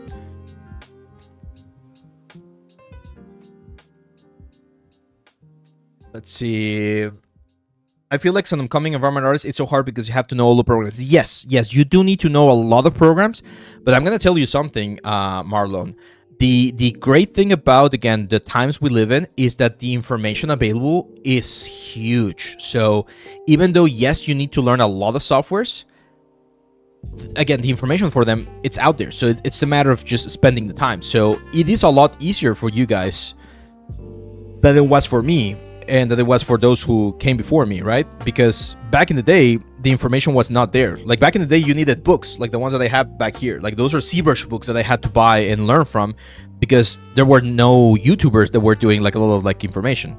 So there's of course again like advantages and disadvantages of this situation that we have now with the industry. Yes, you need to know more, but also the information it's more readily available for everyone to learn it. So yeah, it's a tricky situation. I'm not gonna lie. Like I understand, and a lot of my students come to me with those like fears and questions, like, oh, I don't know if I'm gonna be able to make it. You will be able to make it, but you need to understand that the entry level that is now expected is higher. Okay, like you need to be at a really high quality nowadays to be able to do it. You're going to see that next week, by the way. So if you guys tune in next week, we're going to have portfolio review. And in portfolio review, we always have that situation, right? Where someone shares a portfolio and they're like, hey, Abe, I've been doing 3D for, let's say, 4 years. And I haven't been able to land a job. And then I take a look at the portfolio and it sucks. It's a bad portfolio. Like I don't see that they are really applying all of the important information that they should be applying. And it's not necessarily their faults. Sometimes it's like the school that they went to, that they were not taught the important things that they needed to know, right? So there's again like a bunch of factors. But it is a sad situation when I see someone has been spending a lot of time, but maybe they have not spent the time correctly. So they've been learning things that are not up to date, or they're not applying the kind of things that they should be applying, or they're not spending enough time. Like there's a bunch of, again, like things that can happen. But the information is out there. Like, I share so much free information on my YouTube channel. Like, I've gotten peers from the industry telling me, hey, why are you sharing all of this? Like, this is really valuable. It's like, because if you don't find it here on my channel, you're still gonna find it somewhere else. Like, it's not information that's like secret or whatever. Like, you can still find it. So it's your job now as a student, and it's your job now as an artist to apply that information and to bring your level to a higher degree. I think it's even sadder seeing people with really professional looking portfolios or seniors not having jobs. Yeah, that's very tough. That's the tough part. A very close friend of mine recently got laid off, and he's got a good portfolio. He's got a good portfolio. My advice, if you're in that boat, like if you're in that situation, is pivot. Like, one of the best things you can do is try to see how the skills that you have can translate to other types of things or other types of projects, so that you can keep yourself employed, right? And it sucks. I'm not gonna deny it. It really, really sucks, especially because, as I've mentioned before, with AI and the decisions that the guys with the money are making, they think they're gonna be saving money by reducing the amount of artists they're working, and that's not the solution. That's not the solution at all. ZBrush, Substance Painter, Maya, Blender, Topogon, 3D Code, Marmoset, no. Okay, so let me help you there, my friends, because I don't want to give the wrong impression. Yes, it is important that you know a lot of softwares, but it's not the software, it's the skills, right? So even though, for instance, I use Topogon for retopology, if Topogon disappeared tomorrow and I couldn't use it, and the only thing that I could use for retopology was Maya, I would be doing the exact same thing here. I might not be as efficient because some of the tools inside of Maya are not as practical as the ones that we have here inside of Topogon, but I'm going to still be able to do this. I could even do retopology inside of ZBrush with a new Retopo brush that they have, or I could do retopology inside of Blender with one of the plugins. So there's multiple ways to get to the same result. So it doesn't matter. Same thing about sculpting, right? Like, if tomorrow, I don't know, ZBrush explodes or whatever, and we can no longer use ZBrush, well, I'm going to start sculpting inside of Blender. If I can do it, I'm going to use Nomad, or I'm going to use like even Maya, right? Like, I wouldn't want to. 3D Code, of course. So it's the skills, right? So my advice, and I mentioned this quite a bit on portfolio reviews, is you need to have a DCC application. You need to have a software where you do most of the 3D work. So you're going to be doing things like box modeling. You're going to be doing things like UVs. You're going to be doing things like rendering, right? And that can be Blender. That can be Maya. That can be 3D Code. That can be Marmoset for render, right? So you pick a software where you're going to be doing most of the work. That's your DCC application. Then you pick a sculpting application. So in this case, ZBrush is usually my go-to. But as we just talked about, Marmoset could be another good option. What's the word? Blender could be another good option, right? Nomad could be another good option. All of them can be good options for that part of the process. And then a texturing app, right? Same stuff. You can do Marmoset, you can do Substance, you can do 3D Code, you can do even Blender with like some plugins. So that's it. You need a texturing app, you need a DCC application, and you need a what's the word? A sculpting app. Those three. And then you just adapt. The more you do this, the more you learn about softwares, you are gonna have more options, right? Nowadays I have like, I don't know, 15, 20 different apps here on my computer that I might jump from one to another. But I can still just do it inside of one single app. Honestly, I love the way you approach sharing information. Personally, I think hoarding information is hard out that art dies. Yeah, and I've never found. Again, I think I saw this quote. I'm not sure who it was. I'm not sure if it was Gary B or one of these guys, but one of these influencers that they mentions, like, every single thing that you can think of, it's already out there, right? It's already out there. So you're not really winning anything or gaining anything by keeping it to yourself. But sharing is perfect. And also there's like, if you share something and that something helps someone else, someone else's success is not affecting your success, right? So it's It's just a way of seeing things, I guess. Let's bring in the mustache clean. There you go. Awesome.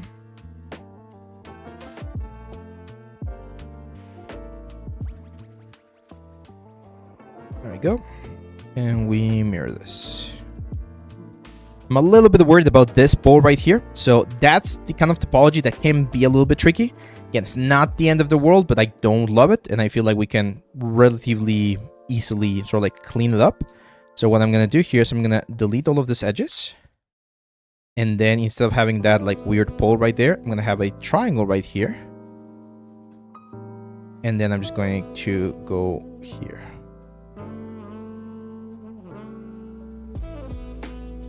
Across. There you go. So that's a little bit better.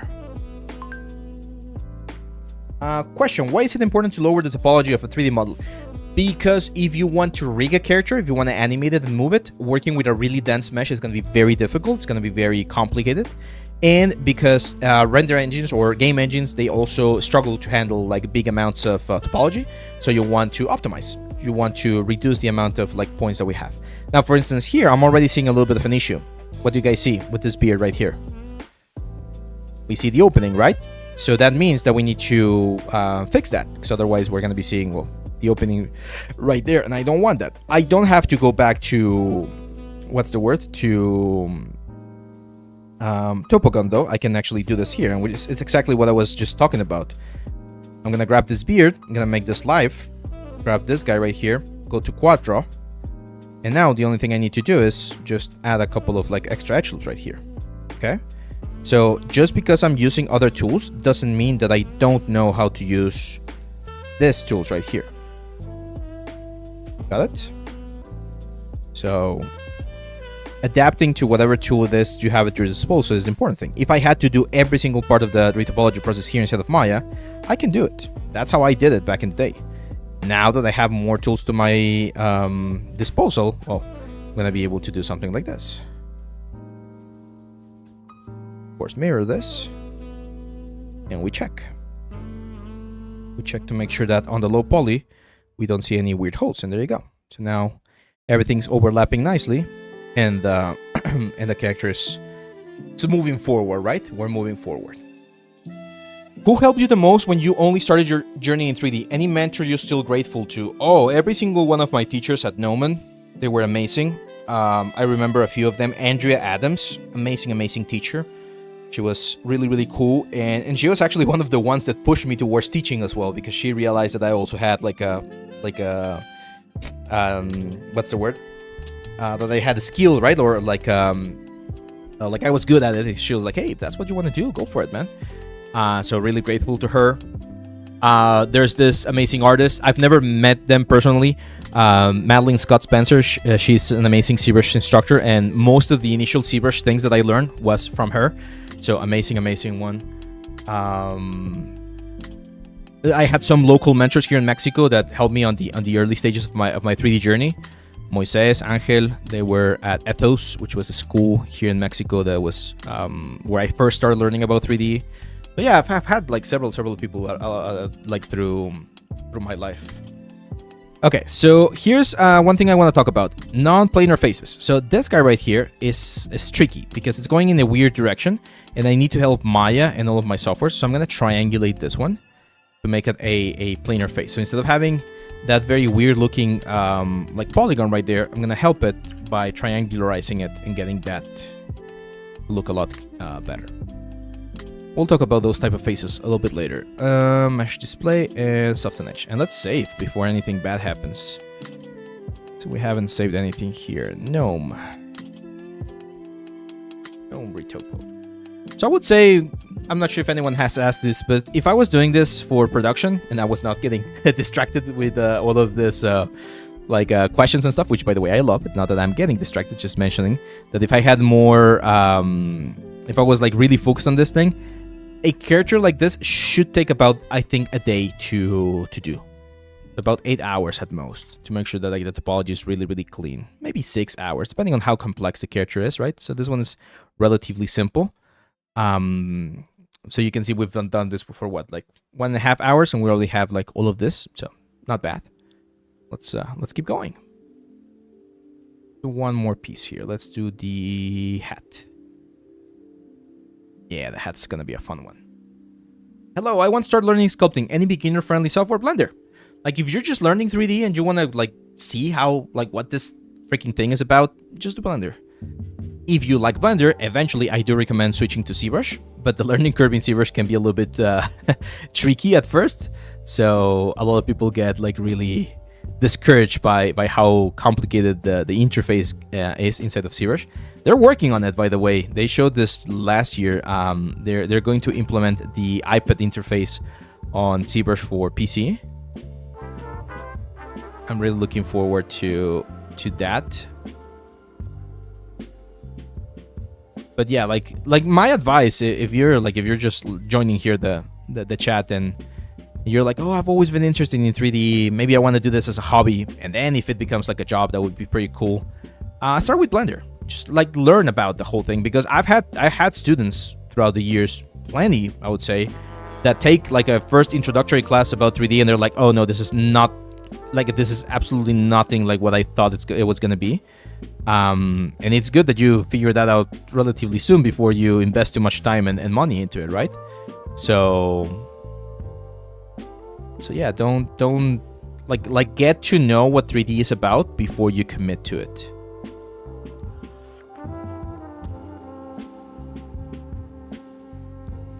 Let's see. Hello, sir. I'm going to make an environment kit for my portfolio, but I'm confused whether I should make the kit assets low poly or keep them. So no, you need to make them low poly. If it's for games, you need to optimize them. Like, there's again multiple ways to do that, multiple ways to optimize, but you do need to optimize them. My GPU, I have a 5080, NVIDIA 5080. Just the basic 5080 version.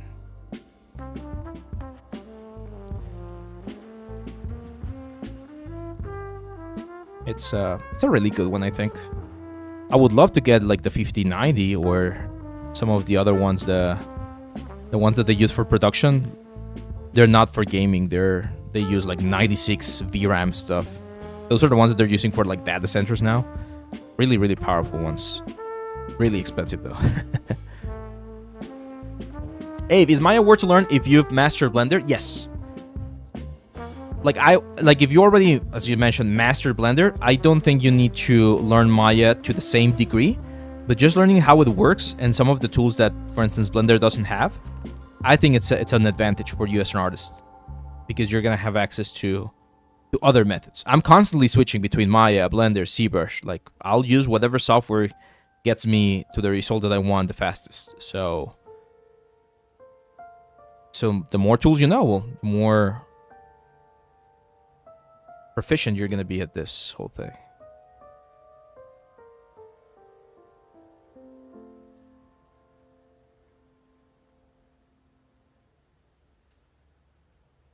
Yo, let's see. Hi, can we expect a video on texturing with Marmoset? I've been on the fence on buying it recently. I really love the bevel shader they offer, but I'm not familiar with the texturing aspect. I'm not sure if I have a texturing. I did. When did we do a comparison about texturing between Substance and that one? I have a full course about that if you're interested. So I have this one here. It's called Mastering Marmoset Toolbag 5. And in this one, we go through like several texturing and rendering exercises. So all of the information is right there. And yeah. I'm not sure if we have a specific texturing instead of Marmoset tutorial in the channel. But we've definitely used it before.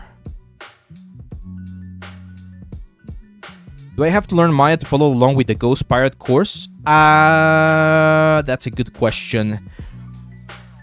Yes and no. There are certain parts of the course that you can do everything in Blender. The thing is, I use Maya on that course for UVs, and I use it for posing, I believe.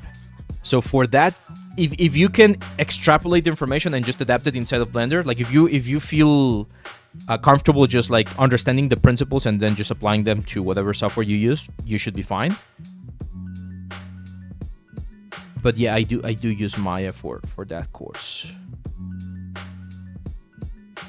There you go. Becker Draw saying that Blender is okay. I think Blender did. Nah, you can model the bridge in Blender, man. Come on. That's one thing, and I'm not calling you out. I'm just saying. But here's the thing, guys. A lot of you, and I'm not saying you are one of them, my friend, but I've gotten this like throughout the years. Like, I'll do a tutorial on how to do a barrel inside of Blender, and I'll get a comment saying, "Could you show me how to do it in Maya?" No. I just show you how to do it in Blender. It's the exact same thing. If you know how to use Maya, like if you know how Maya works in terms of here's how you extrude, here's how you select an edge, here's how you select the face, literally just take the information that I did for Blender and do it in Maya, and vice versa, right? So if I do something inside of Maya and you're like, okay, you show me how to do that in Blender? No, just take the information. It's the exact same process. The tools are pretty much the same. They're not in the exact same place. They might not be named the same, but it's the exact same process. Like they don't work in different things. It would be different if you say, oh, I just want to do this in like Houdini. Okay, that's a different thing because Houdini works in a more procedural way, right? Or, oh, how could I do that with geometry nodes? Okay, yeah, at that point, it's a different like beast. But for most of modeling, like traditional poly modeling, it's the exact same thing. It's like this one right here. Like if I'm doing retopology inside of Topocon, I don't need to teach you how to do this inside of Blender. You follow the exact same principles that I'm showing right here. You just use the Blender tools. That's it. So you do need to be a little bit less lazy there and learn how to extrapolate information. Just ask yourself the questions like, oh, okay, if it's doing this thing right here, how can I do that inside of Blender? Well, what tools do I have inside of Blender that look similar or work similar to what he's doing here inside of Topocon? And then you work from there. Yeah, because everyone wants everything. Like, if you, that's the problem, by the way. Like, and I have this, like, it's a personal, like, pet peeve that I have with a lot of my students. You guys sometimes become too dependent on tutorials. And the moment I tell you to do something without a tutorial, you blank out. You don't know how to do that. You're like, oh, but I've never modeled a tire on my entire life. I need a tutorial on how to model a tire. No, you don't. Because if you've modeled things similar to tires, you should be able to do the exact same thing and apply the information. Or I've never modeled a hammer. How am I going to do a hammer if I've never done a tutorial about a hammer? No. Like, you don't need a tutorial for everything. You need to extrapolate the information and learn how the tools work. This is one of the most important things that I cover on my courses, like how the tools work, so that when you're faced with doing something that was not covered in the tutorial, you know how to do it because you know the tools. Okay? Professionals have multiple programs open. I myself have, yeah, you usually have like multiple programs. Do you work on games or animations, art-based? Mostly on game stuff. I mostly work on game stuff. Yeah, exactly. Problem solving is one of the most important skills that you need to develop as an artist. You need to be able to look at a situation and be like, okay, what's the best tool for this particular asset, for this particular situation, for this particular workflow? Like, what's going to give me the cleanest, best result? And then you use that, right? And you need to be comfortable in, again, extrapolating the information. Like, sometimes I'll see a tutorial on someone sculpting something inside of Blender, and it's like, oh my god, that's a really clever trick. Like, he did something very clever on how he approached something. How do I transfer that to Maya? How do I transfer that to ZBrush? Would you use an AI service that could generate basic prompts for your project? None of the services that I've seen, AI related, have been able to show me that the result that they're providing is what I need. They might fail on proportions, they might fail on texturing, they might fail, like they fail on multiple lines. I personally don't like AI generated meshes. I've seen them before, I've tried them before. I've never been able to get something exactly like what my client needed. There's always changes, there's always like modifications. It's very expensive, like tokens and prompting, it's very expensive, even if they don't want to admit it. So personally, I haven't found a use for generative AI. And we've had this conversation before. I like AI. I like a lot of AI tools out there that make my life easier. But I don't like generative AI because I have not seen it really give me the solution and the control that I need as an artist. It's just too time consuming, it's too expensive, it's too finicky.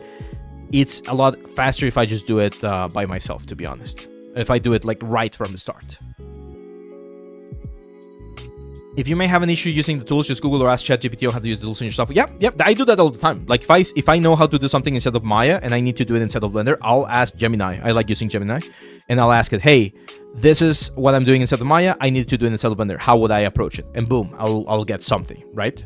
It's not always perfect, but I'll get something.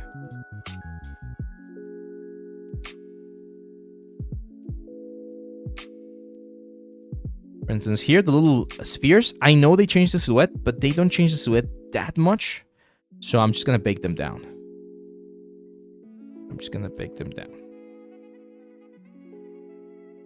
Let's see. What do you recommend, freelance or in the studio? So that's a great question.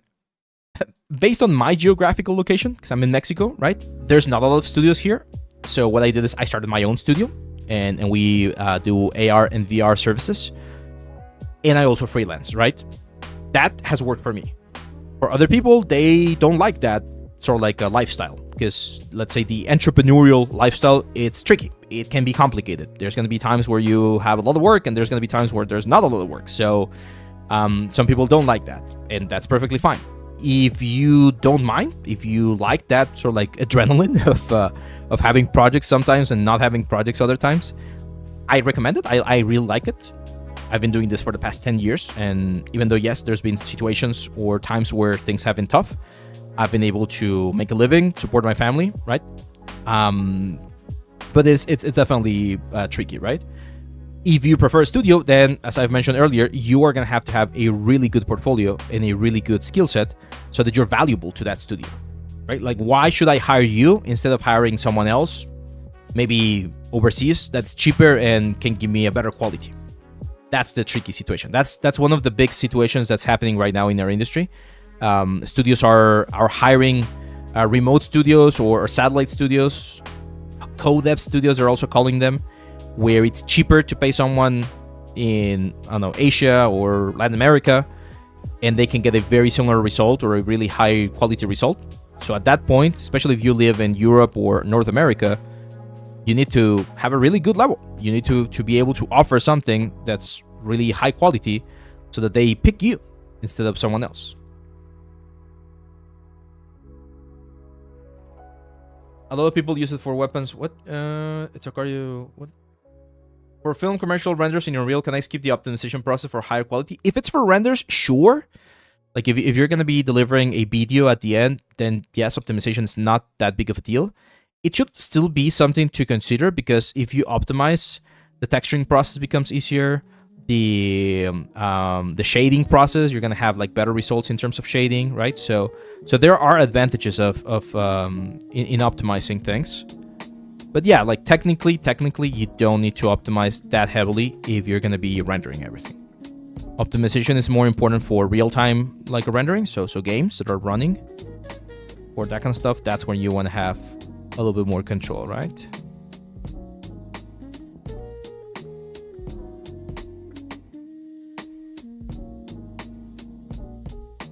Okay, there you go. Pretty much covers it and captures the silhouette. I think I do want to capture this little guy a little bit better. So this is where I might make some like artistic decisions to add a little bit of extra detail here. Just a little bit. And since there, I think at that point we don't need the volume anymore. But I do want to capture the little like arrow shape that we have right here a little bit nicer.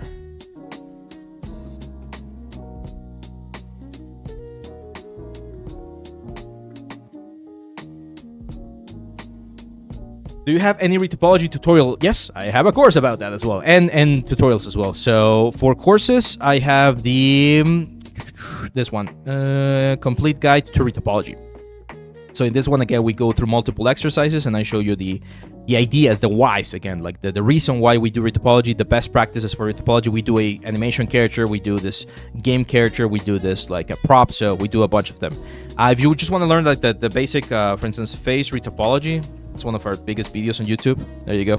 That's me. If you look face Retopology, boom, you're gonna have that video right there. And I'll show you like the basics of where you need the loops for your Retopology process. Yeah, I think so. Are one of our like highest seen videos. because people always use it for homework. It's very common that my tutorials are used for people who are like studying, of course, and they tell me, "Oh man, you saved my homework because I was charged with doing retopology and I didn't even know how to start." Like, yeah, there you go.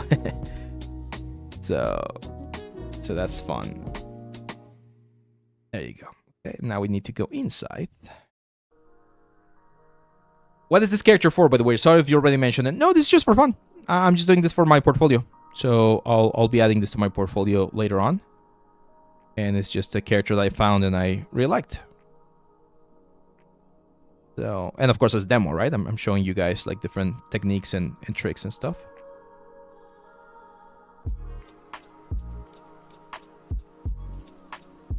Yeah, this is just for fun. And that's the cool thing about 3D. Once you get really good at it, and you've been doing this for a while, you can do this kind of stuff. Where you just like, hey, I just want to have fun.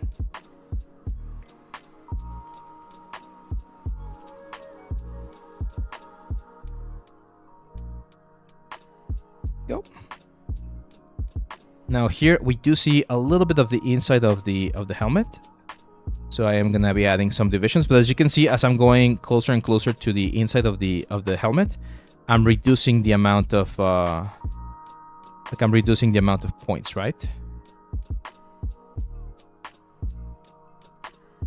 Because we don't need as many divisions on the inside because it's an area that we're not gonna be seeing as much. So I'm simplifying, and I simplify it with triangles because triangles again are friends. We can use triangles. If I go to Maya, I can quickly check how much of that thing we're actually going to be seeing. Get this into a group so we can have things clean. There you go. So as you can see, we in a specific like scene, like something like this, we might see really high into the helmet. So that tells me, hey, you might want to do the full thing, right? But once more, like here, there's absolutely no need for me to be as careful with the topology because it's just gonna be a sort of like a flat area, right? So we can start simplifying this thing a lot more. Let's see. Are you you're asking Alex.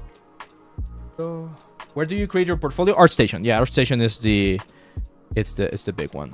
Hi Abe, your videos are such a blessing. Currently I'm on an internship on a Mexican Honduran animation studio, and both your shorts, videos, and UV course were a blessing. Thank you so much. You're welcome, Akira. You are welcome. I'm glad. I'm glad they're helping you. That's the point. That's why I do this.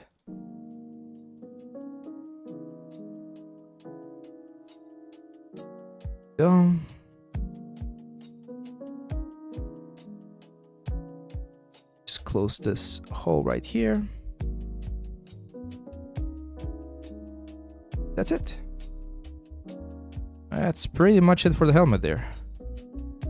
Now let's export this file. Export mesh. Pull this helmet. Clean. Back to Maya. And we just bring this in. Wouldn't those couple of triangles cause shading issues, or is it no? So in this case, that's a great question, by the way. The reason why those triangles are not going to cause a shading issue is, yes, because they're in an area that we're not going to be seeing as much. And remember, I'm going to be doing this for a hand-painted approach. And when you're doing hand-painted approach, you don't actually see any shading. Like all of these things that are looking sort of like hard edge right now, that's not how it's going to look. It's actually going to look like this, flat. See that? So because it's going to be looking flat, shading is not an issue. If I was using normal maps, if I was using shading, or if I was going to be doing something like a non-PVR thing that we've mentioned, at that point, yeah, sure. Like I would need to be a little bit more careful about the positioning of some of these elements to make sure that it was working a little bit cleaner. But again, in this case, well, it's not going to be an issue. There you go. We got our nice little like helmet right there. Let's get this into the group there, and as you can see. Where is it? Oh, they're hidden. I'll hide them. There you go. So our low poly is looking quite nice. So far, we only have 2,734 triangles. They're really, really optimized, right? This is looking very, very optimized, and we already have a very nice, interesting silhouette there for our low poly. This is how we would look in the game, right? So this is the sort of like the definition and the in the mesh, right? Like this is what the animator would animate. As you can see, pretty optimized. And eventually we're gonna be, of course, texturing it with all of the details. Let's say, is there any software where you can paint your models live except on Adobe? Yeah, 3D Code, Marmoset, both of them. I'm gonna be using 3D Code for this one eventually.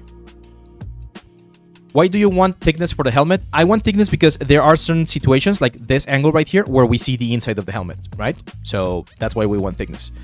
If the object or if the character was always going to be seen at this like direction, like we're never going to see like animation or anything where we see behind it, then sure, we might keep it thin. But in this case, I think we can benefit from having it with thickness.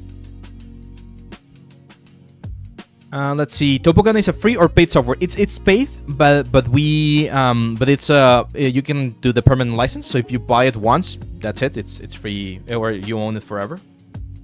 So yeah.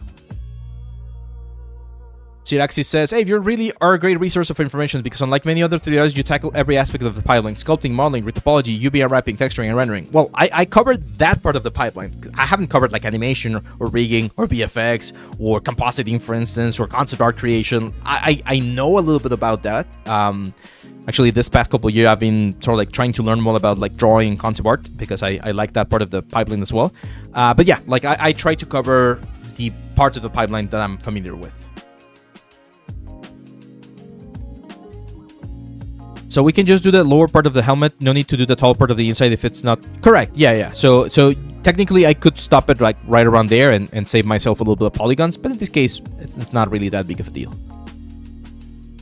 Okay, so that's the hat ready. What's this? Nothing. Beard, face, chest. Yeah, let's do the chest. Start working with the chest here. So chest, and you start here.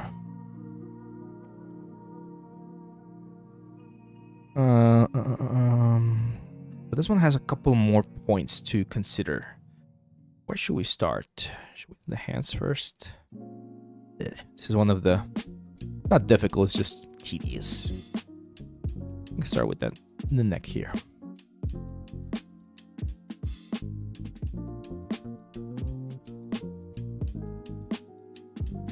There we go. Let's see. Is it necessary to have clean topology, for example, on the face if it's not going to be animations for a game? Well, it depends. What are you going to be doing it? Like, if it's not for a game, what is it for? Are you going to 3D print it? Then no, you don't need to do retopology. Just 3D print the high poly and that's it, right?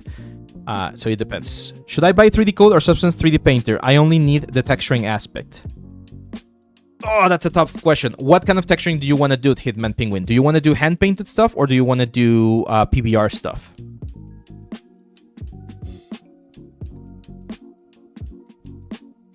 That's going to allow me to answer the question a little bit more specifically.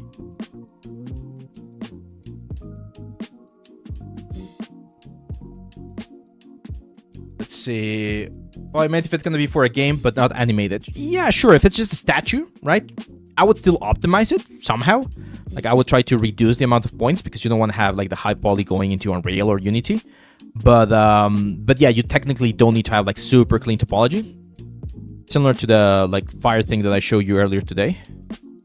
You can like get away with that kind of topology and that's fine. PBR. So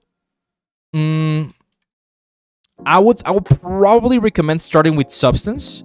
However, 3D Code just released a new version yesterday or 2 days ago, and they're including some really interesting node-based texturing system.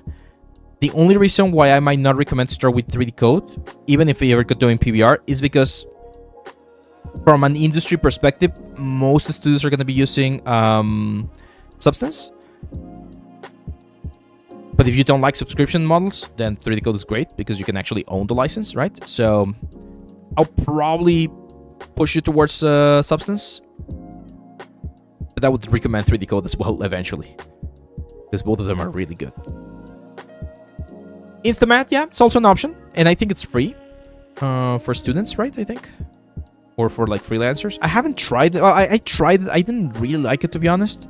That was just personal preference. And that's another thing that you guys are gonna be faced with as you keep growing in this industry. You might not like certain tools. That's just the reality of it. Like, there might be certain things or certain tools that you don't like, and that's fine as well. You don't need to love everything, right? So if there's a specific tool that you don't like, for instance, if I'm telling you, oh, Topogun is really good, you don't like retopologizing in Topogun, that's fine. As long as you can follow the exact same principles and get to the result nicely, even if it's another software, that's perfectly fine. You don't need to do or follow every single software. Okay, so this is an interesting one. See that we have a nice, like, interesting wrinkle right there? I want to capture the wrinkles. So this is something that you can sometimes do, where you add a cut going exactly in the same direction as the wrinkle. And then you add like a little border around it, like this. So that on the low poly, that wrinkle is actually sort of like modeled in. You don't always do this, but in this case, again, since it's a portfolio piece and I don't have any client or art director telling me exactly how it needs to be done, that's going to capture the silhouette of that wrinkle a little bit better.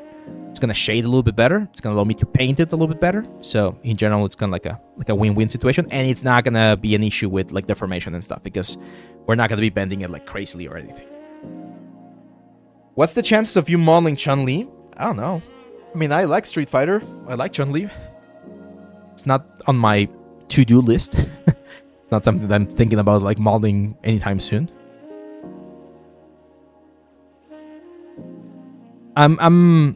See, the thing about fan arts is that they've been done so many times, right? Like, a lot of people do fan arts, and it's fine. Fan arts are really good if you want to get likes, even if you want to get like a little bit of exposure, because people are going to immediately be like, oh, that's Chun-Li, right? The only problem with that is unless you execute them to a really high quality level, it might not look great, right? So just be mindful about that. Like, the quality level people expect from fan arts is really high. That's what I'm saying.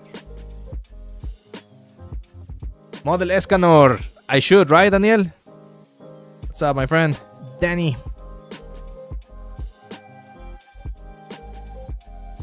El buen Danny.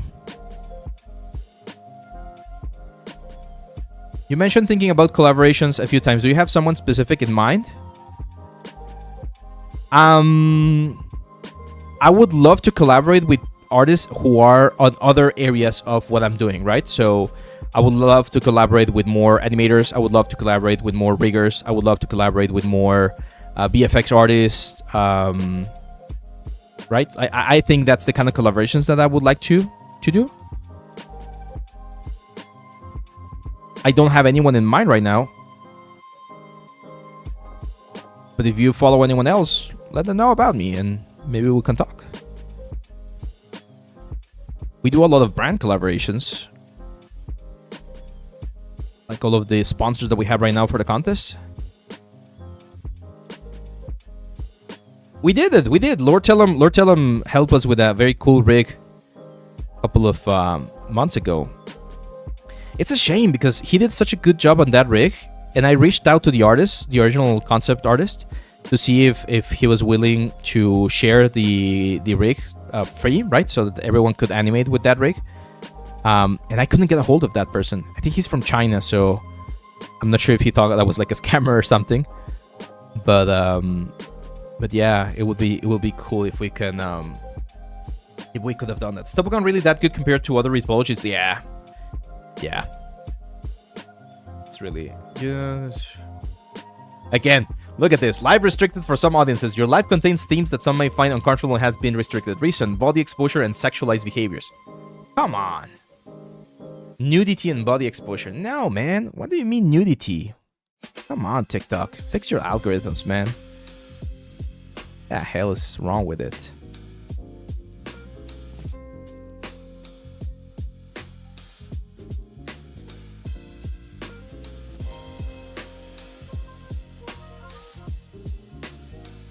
Grant Abbott. Yeah, Grant is really cool. Yeah, there's a bunch of people who do like modeling and texturing, things like that. And that's fine. The more information you guys can find, the better. Like when I was learning, and even now, like when I'm learning something, I don't only go to one source. Go to as many sources as I need or want, so that I can get different perspectives. And I've mentioned that before. Like I don't want you guys to just look at my content and follow that. Like research. Use mine as one point of view. You might find someone that has a different point of view. And that's the beauty about art, right? Like you will build your own sort of process and workflow. As long as it's compatible with what everyone else in the industry is doing, you're gonna be fine. Gotta get me an original concept, then we can give a rig away without needing someone's permission. Yeah. Let's do that, Lord Tell him. I want to give the shark another go. That's my concept, and that, I think that could be a fun rig. But I need to fix the textures on the shark.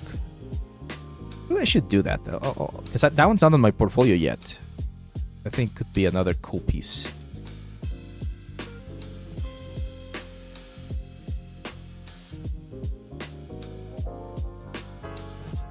I did a basic rig for the shark, but I think you could do a way better job than I did. And I think that one's a little bit more interesting, right, Lord Tellum? Because it's a fish. That's not a very common rig. That could be another fun one. How are we doing on time? Oh, we still have like 40 minutes.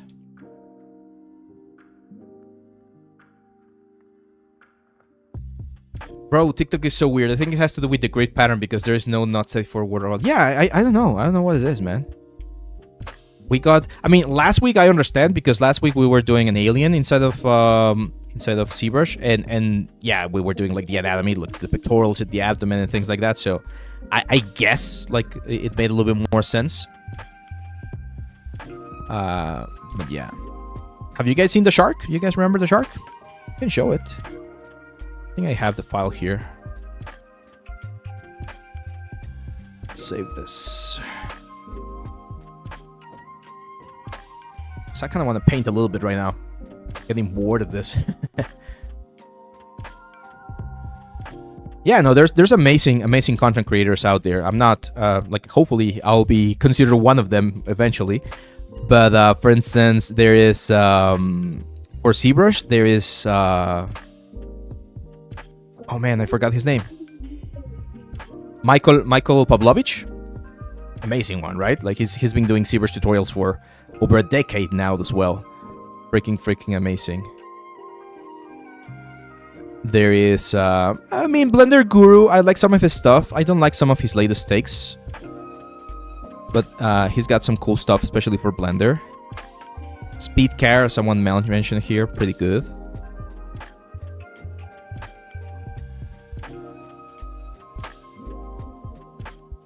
Who else do I follow? The guys at Chaos Mason. Those guys are really good as well.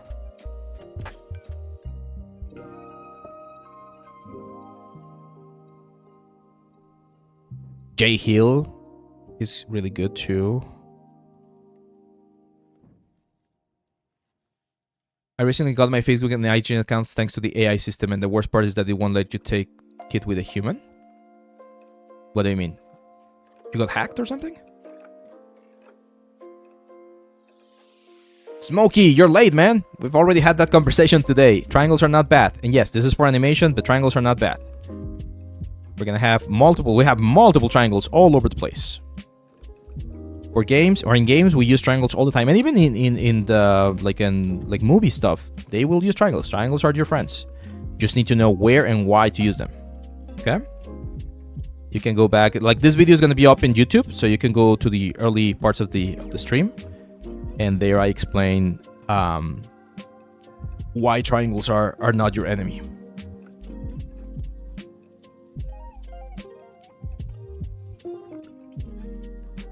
Oh, yeah. Yeah, it's very annoying.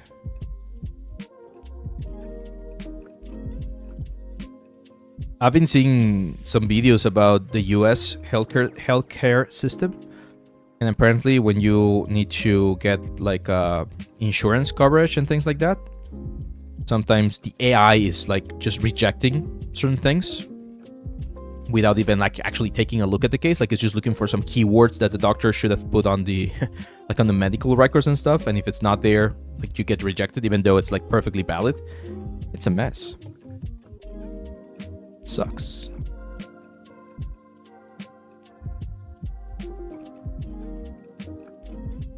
Smith, Ducky 3D, CG Boost, Default Cube. Yeah, there's a bunch of creators. And that's the beauty of it, because when I was learning, there were not that many.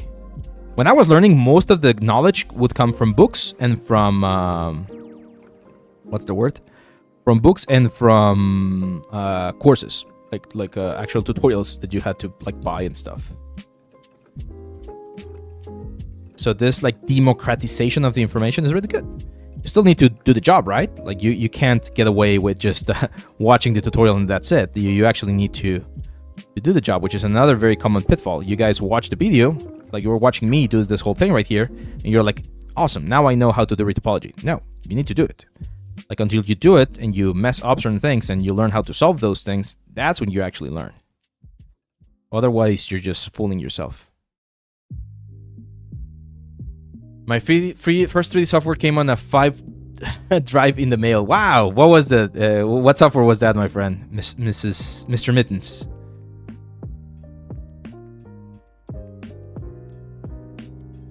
I'm curious. The first software that I used was Cinema 4D. Actually, that was the first 3D software I learned, and then I quickly jumped to Maya. It was Maya 2008. Was the first version that I used. I started in Maya in 2011, but the first like version of Maya that I was using was Maya 2008. Then I jumped to Maya 2012, which was really good. Then ZBrush. I was there when ZBrush did not have Dynamesh. Like I started using ZBrush and ZBrush did not have Dynamesh support. It was not invented yet. Your YouTube name is, yeah, it's the same, Leal 3D. You should be able to find me there. We're almost to the next milestone on YouTube. We're about to hit 100k subscribers. And I think that's when we get the little like YouTube plate, the silver button.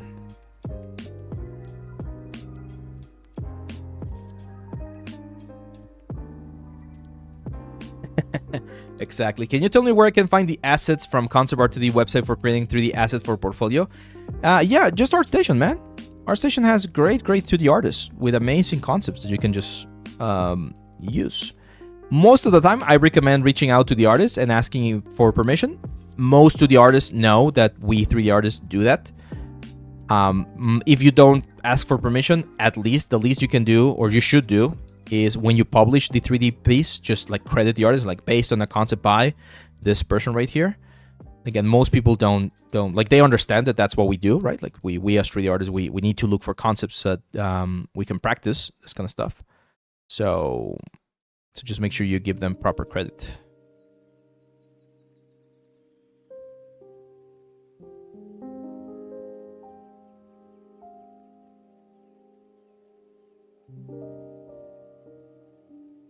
I've never had an artist tell me that I can't use the work.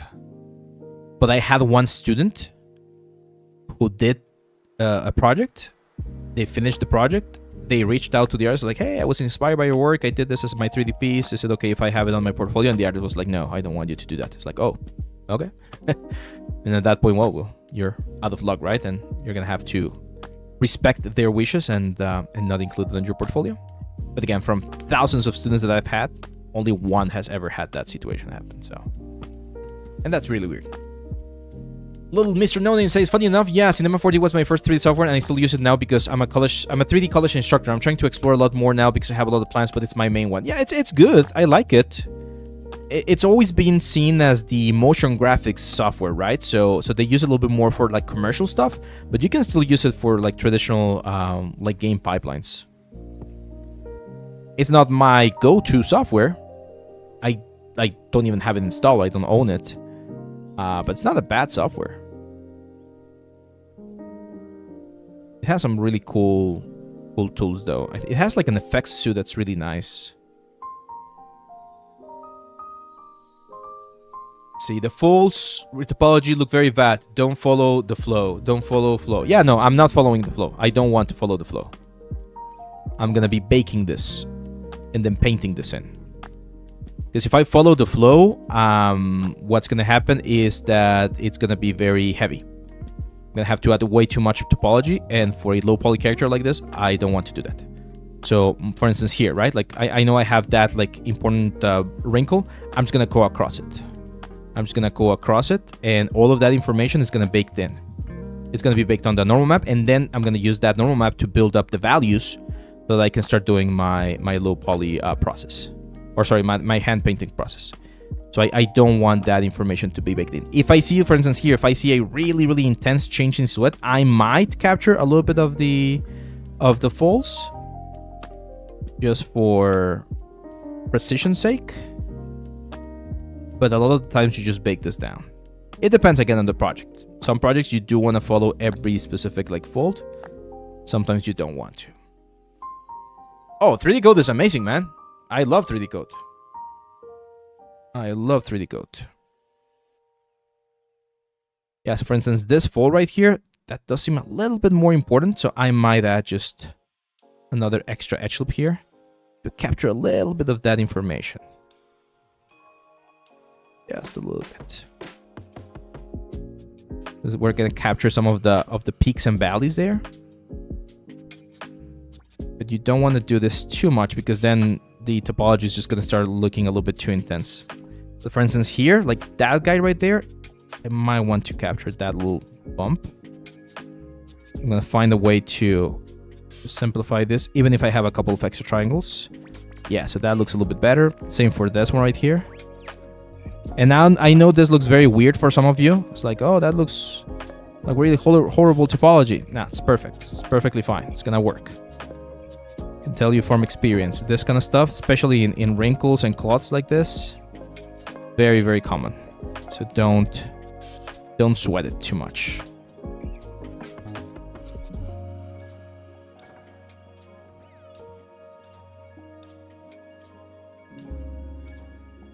Since here, I'm also gonna add another little division, capture that. So because these wrinkles that I'm adding are going really close, or they're following roughly the flow of the element, it's gonna work fine. This is Topogun, my friend. Topogun. It's a specialized software for retopology.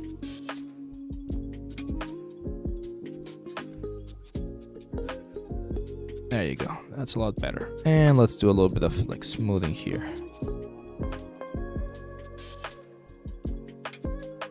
I guess I gotta watch the... Hi, you're So the reason why a lot of people are scared of triangles is because they think that they're gonna mess the topology, the flow of topology, and yes, they will. Like it's common for that to happen. But again, triangles are not our enemies. Like, if we know where and why to use them, they're perfectly fine. Perfectly fine.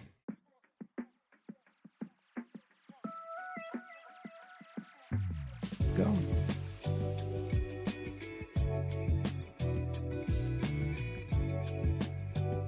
Hey, what's the advantage of using Topogun instead of Maya? I mean, I know you're quite good with Maya Quadro tool, so won't this speed up your progress? No, so Maya is really good for retopology as well, but Topogun is just way faster, man. Like, we have some tools here that are way faster. It handles the high poly a lot better as well.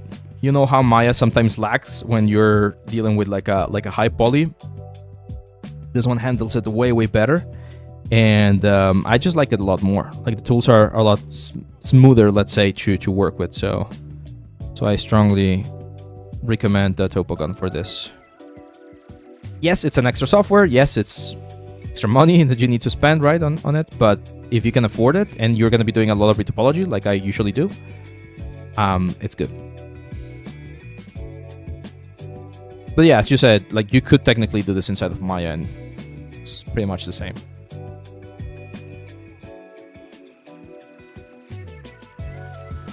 So for fingers, I like to start like this with just a box. And then I'll add some divisions to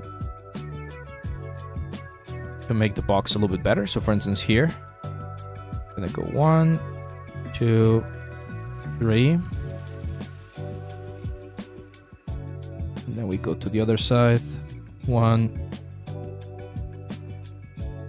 2, 3.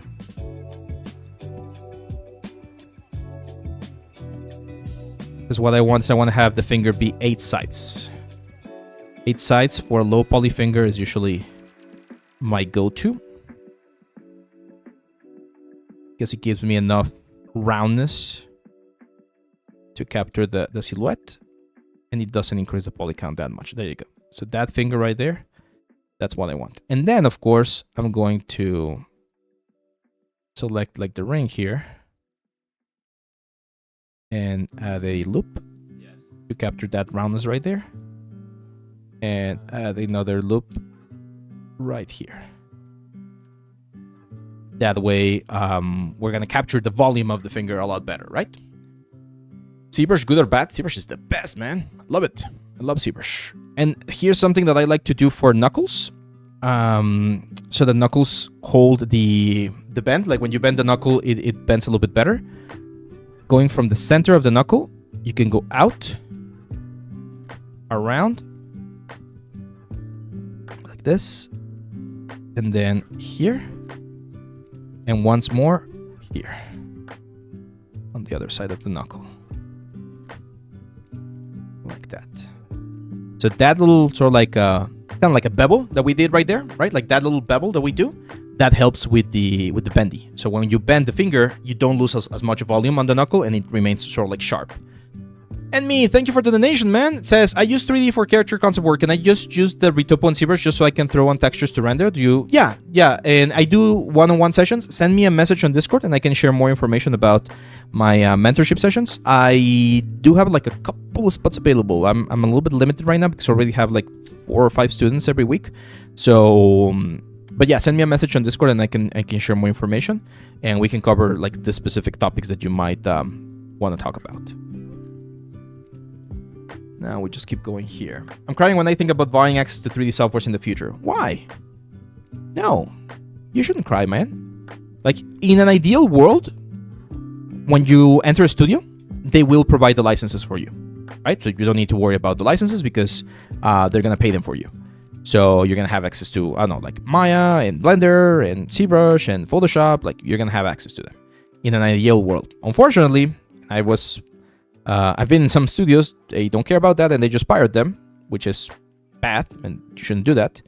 And you shouldn't do that because you can get into a lot of legal issues. Like not you as the artist, like they as a studio, they can get in a lot of legal issues if they are caught.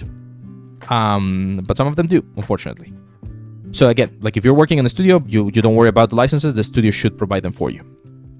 If you're freelancing, right, or if you have your own business and you are in charge of buying your own licenses, again, you shouldn't worry about that. Like you don't need to worry about that because ideally, when you land a client, right, when you land a project, how much you charge the project, right? Like how much you're quoting the project, that's going to be, you're going to include that in the cost, right? So if let's say you hire me, right? Like I don't have any license right now on my computer, and you hire me to do a character, and I know that I'm going to need ZBrush, and I know that it's going to take me at least 2 months to finish the character that you're asking for. Okay. So if I need ZBrush for 2 months, then that tells me, hey, I'm going to have to pay $100, right? Because ZBrush is right now $49 per month. So on the quote, on however much I'm going to charge you, I'm at least going to charge you $100, right? Because you are paying for the license, because I'm going to be using ZBrush to make the project that you want me to make. Of course, I'm not going to charge you just $100. I'm going to charge you way more because I need to make a living, right? Out of this, I need to get my profit. But that's how it works. So that's why licenses shouldn't like cost you. It's not that they shouldn't cost you. It's like you need to include the price of the license in your costs. That's how you make a business, and every business in the world does this, right? It's not only us, it's the artists. Like every single restaurant or service provider will do this. They will include the cost of the tools that they need in order to make the job for you. That's why 3D is expensive, right? That's why it gets a little bit tricky sometimes. But yeah, you shouldn't cry about the licenses, because the licenses will be included in the invoice that you are like charging someone. If it was for a AAA game, would you retopologize with the flow and do every fold? If it was like really high quality, yeah, I would. In this case, because we're going low quality or low poly, something closer to like League of Legends or World of Warcraft, then no, I'm not doing it. I don't need to do it. But yeah, if this was for like God of War or something like that, sure, I would like be a little bit more careful with the placement of my polygons.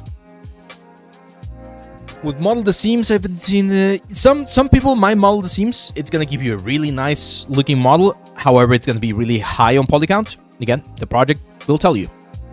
Every single project is different, and every single project has different needs as well. So my answer to that type of questions is always ask your client, always ask your art lead, right? Whatever. I have free license right now, but in 1 year I'll have to buy it by myself. Hopefully, yeah. Again, don't worry too much about the licenses.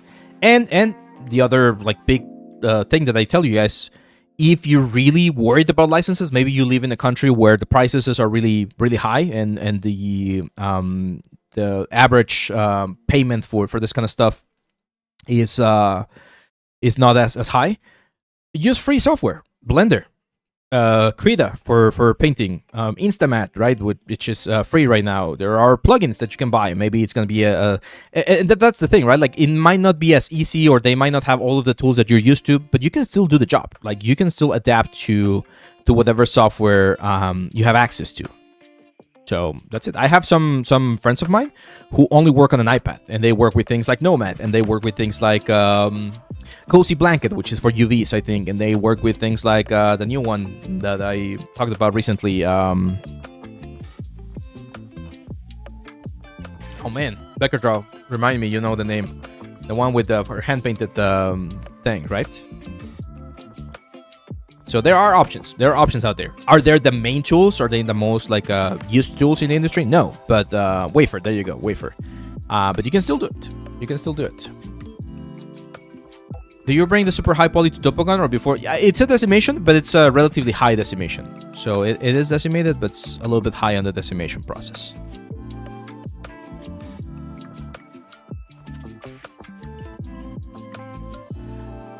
So it's not like a super low version of the project.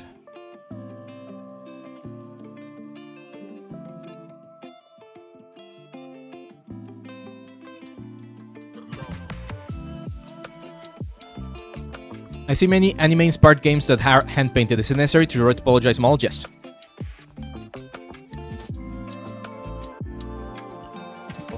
I heard if you mail Adobe about your situation and from which country you're from, they can give discount. Yeah, they could. There's this other software. The guys from Canva, they recently released Affinity, and I think it's called Affinity Studio. And it has like a Photoshop version and a like Illustrator version, and it's completely free. There you go. So there's options. See, what rubs me the wrong way when people are talking about softwares is they're like, oh, I hate Adobe, I hate Autodesk, I hate Maxon, I don't want to pay for the licenses, but I'll still pirate the software. It's like, at that point, you're not doing anything like ethical, right? Of course, pirating is not ethical. But if you really hate the companies, use a free software, use a free alternative. But that's the thing, right? Like you want to use ZBrush, you want to use Photoshop, you want to use Maya because you like the softwares. You might not like the companies, but you like the software. So I find that position to be a little bit hypocritical, right? If you really don't like them, then just use a free software. Do you know Alexis Wanneroy? No, I don't. I'm going to look him up. What the hell? I don't know what it is.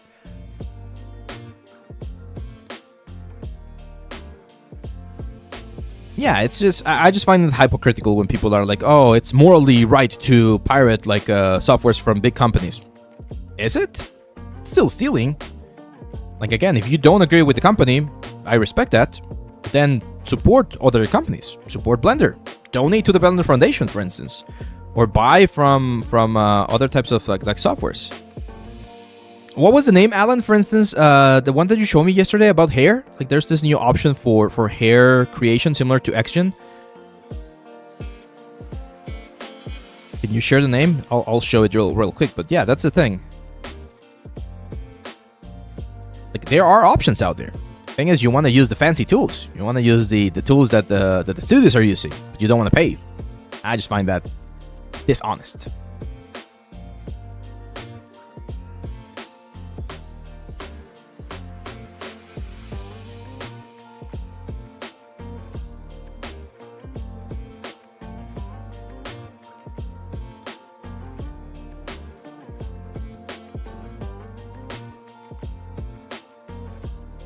These companies are making billions. Kill competition. Yeah, I agree. Like, I might not agree with the business decisions that they're making. But how am I, like, I'm gonna, again, vote with my wallet. And my vote's gonna be like, hey, if I don't agree with your ways of doing things, I'm not gonna use the software, and I'm gonna use an alternative. Because otherwise, again, I think we're just being hypocritical. Like, we're still using the tools, but we're, like, I don't know, like, stealing from them. It's not Robin Hood, right? So we're not giving anything to the poor. So yeah, GIMP is another Photoshop alternative that's really good. CSeer? Is that the name of it? CSeer? CSeer? Here. Cool. There you go. Let's go to the site. Official site. So this is a new tool. It was made free, completely free yesterday, it seems.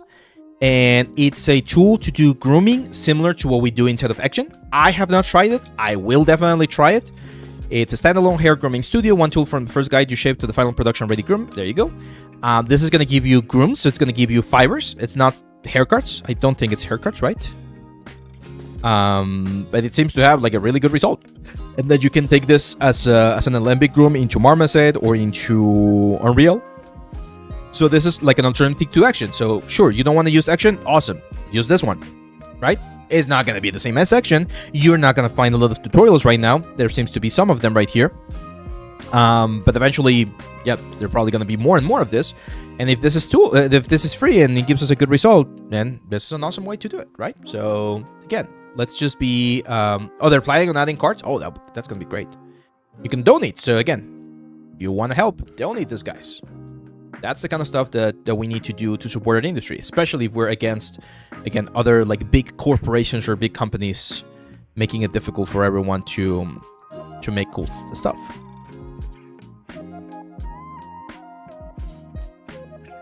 Which software you use for Retopology? This is called Topogon. Topogon. It's a specialized Retopology software.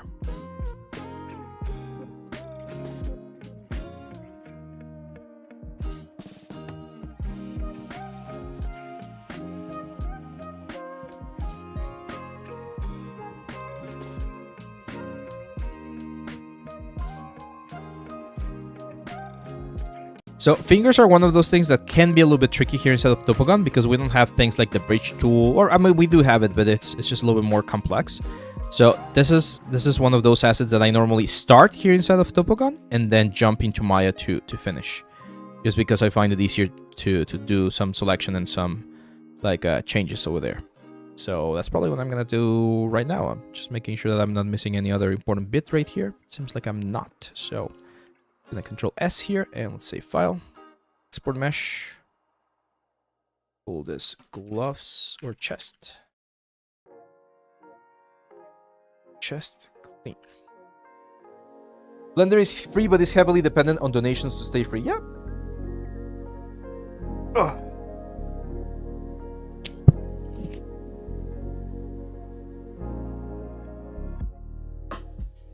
Yeah, I don't necessarily agree with that statement, Wonder Living.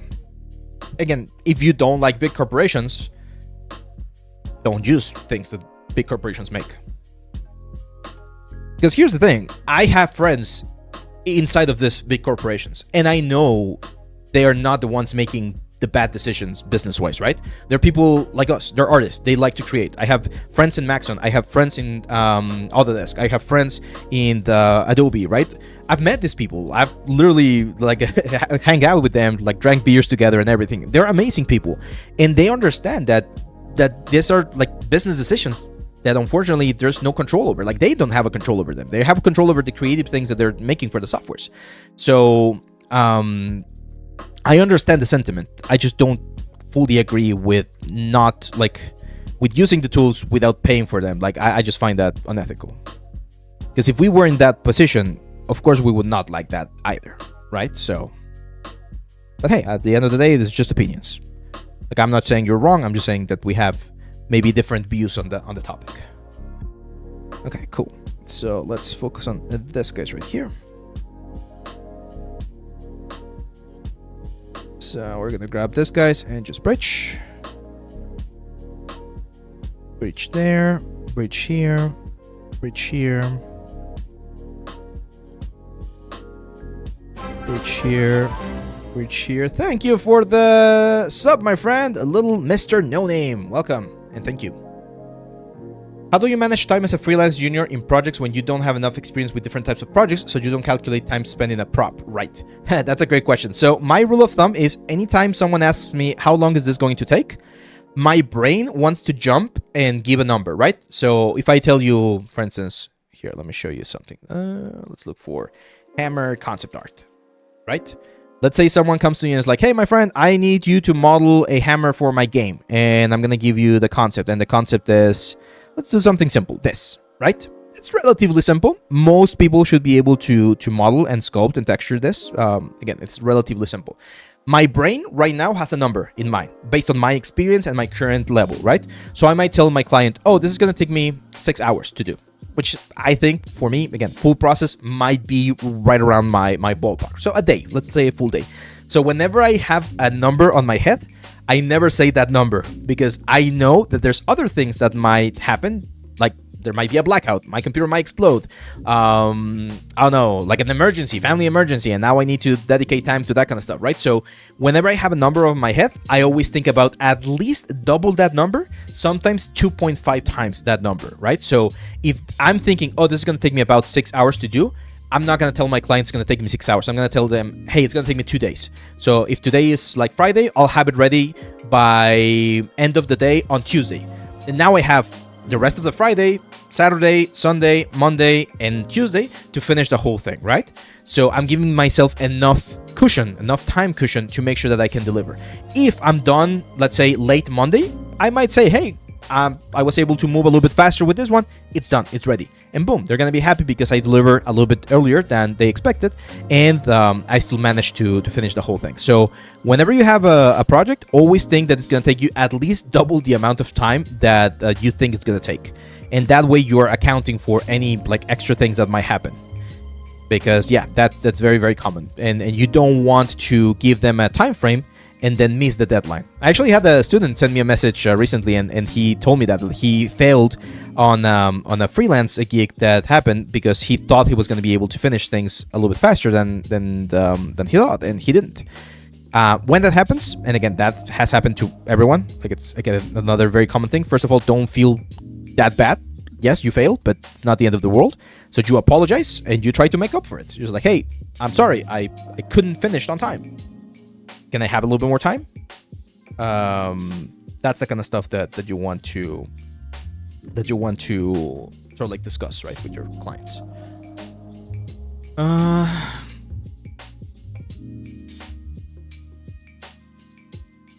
Yeah, exactly, Thomas. I agree more with your take about like pirating software. So you say stealing softwares, like cracking a software from a company or a game or whatever, it's still stealing. Like you're not doing something good. It's a bad thing. Now, don't justify that bad thing by saying, "Oh, I'm being like ethical because it's a big corporation." No, you're still stealing. Like, doesn't matter what the corporation is doing, you're still stealing. Like, if you're gonna be stealing, just say you're stealing and you're doing it because you want to save money. That's it. Like, just be honest. At least be an honest criminal in that sense, right? So yeah. Okay, so here I'm gonna do something before I what's the word? Before I combine the full thing, I'm just gonna say mesh and separate to split the fingers. And then I'm going to add the divisions to the fingers that I talked about before. And I'm gonna do this individually because the fingers are really close together. So if I do them as a single element, I run the risk of like merging certain things. And I don't want that to happen. So there we go. Now we bring in the high poly. So let's grab this guy. I'm gonna make this live. I'm gonna go to each of the fingers. And I'm gonna say mesh and conform. So that those fingers conform to the shape. Yeah, there you go. See that? That's the kind of stuff that I want to avoid. I'll fix it in just a second. There you go. That's another little issue right there.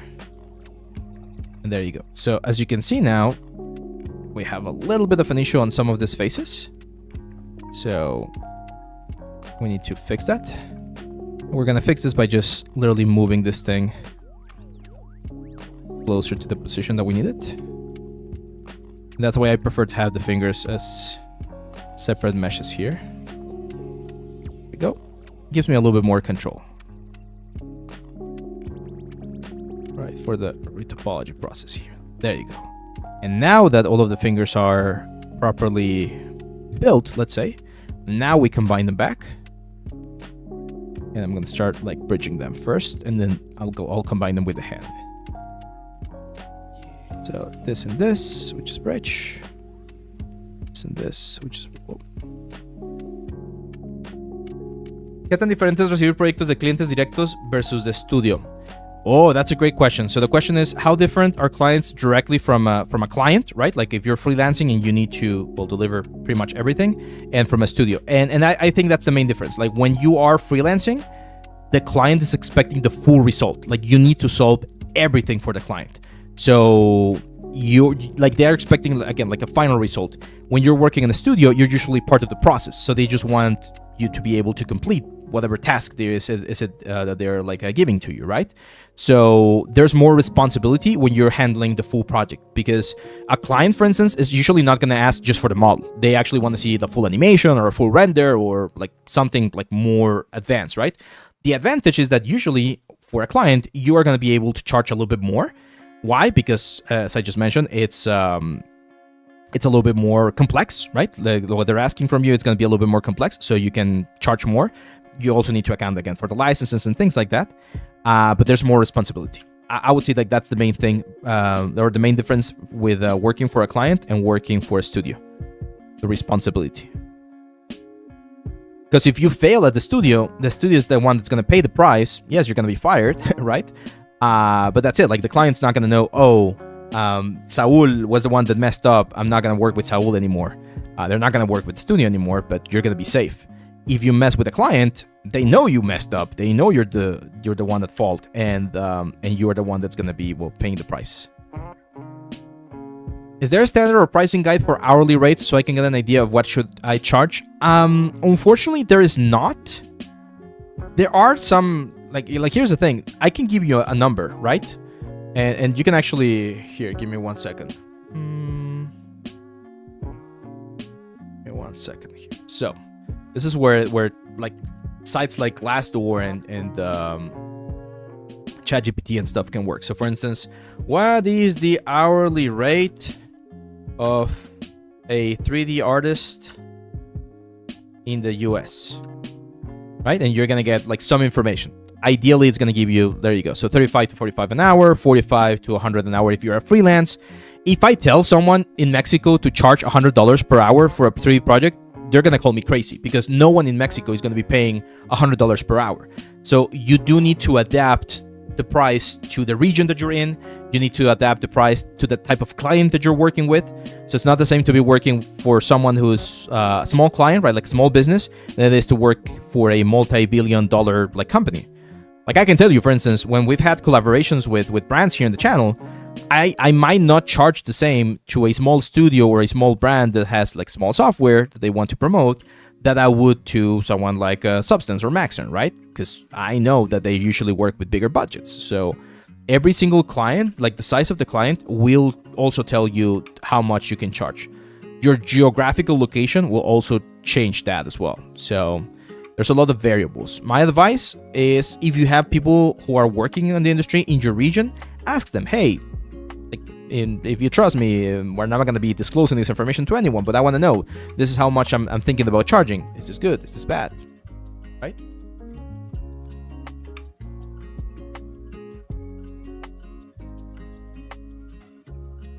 I heard this quote recently: if buying is not owning, the piracy is not, then piracy is not streaming. I don't agree with this. I think people should get angry.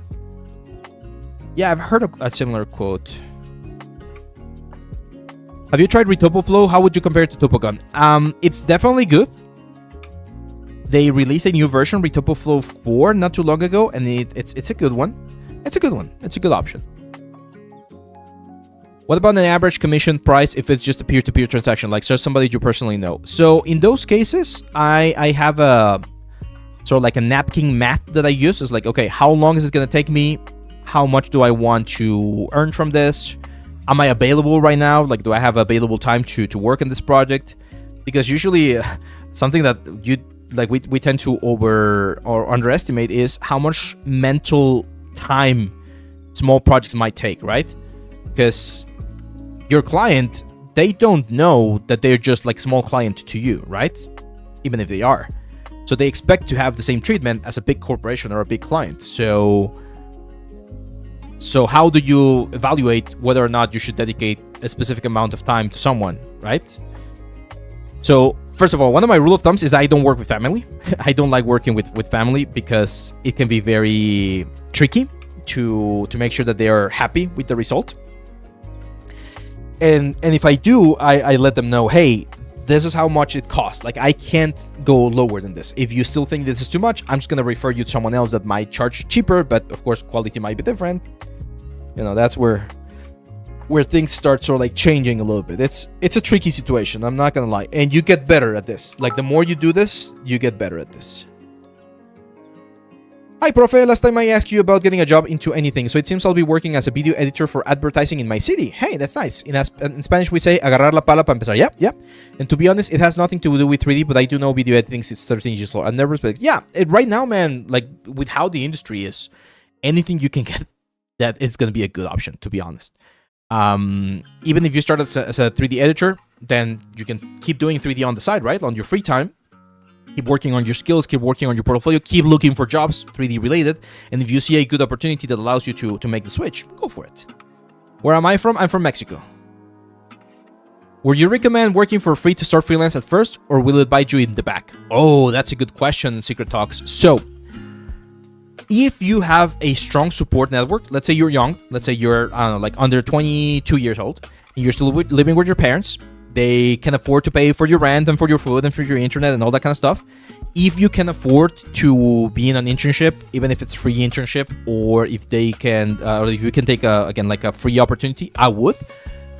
But it's I would be very, very clear with whoever it is I'm working for, right? So if it's an internship, I would tell them, hey, I want to work in the studio. I will do it for free. I can just do it for like 2 months, and I want to learn. Sure, like I would say, sure, man. Like, come on, like I'll like, it benefits me, it benefits you because you get experience. I know it's not ideal. I really know. I did it when I was younger, when I was just starting out. I did work for a couple of places for free just to get my foot on the door and start like learning about the tools.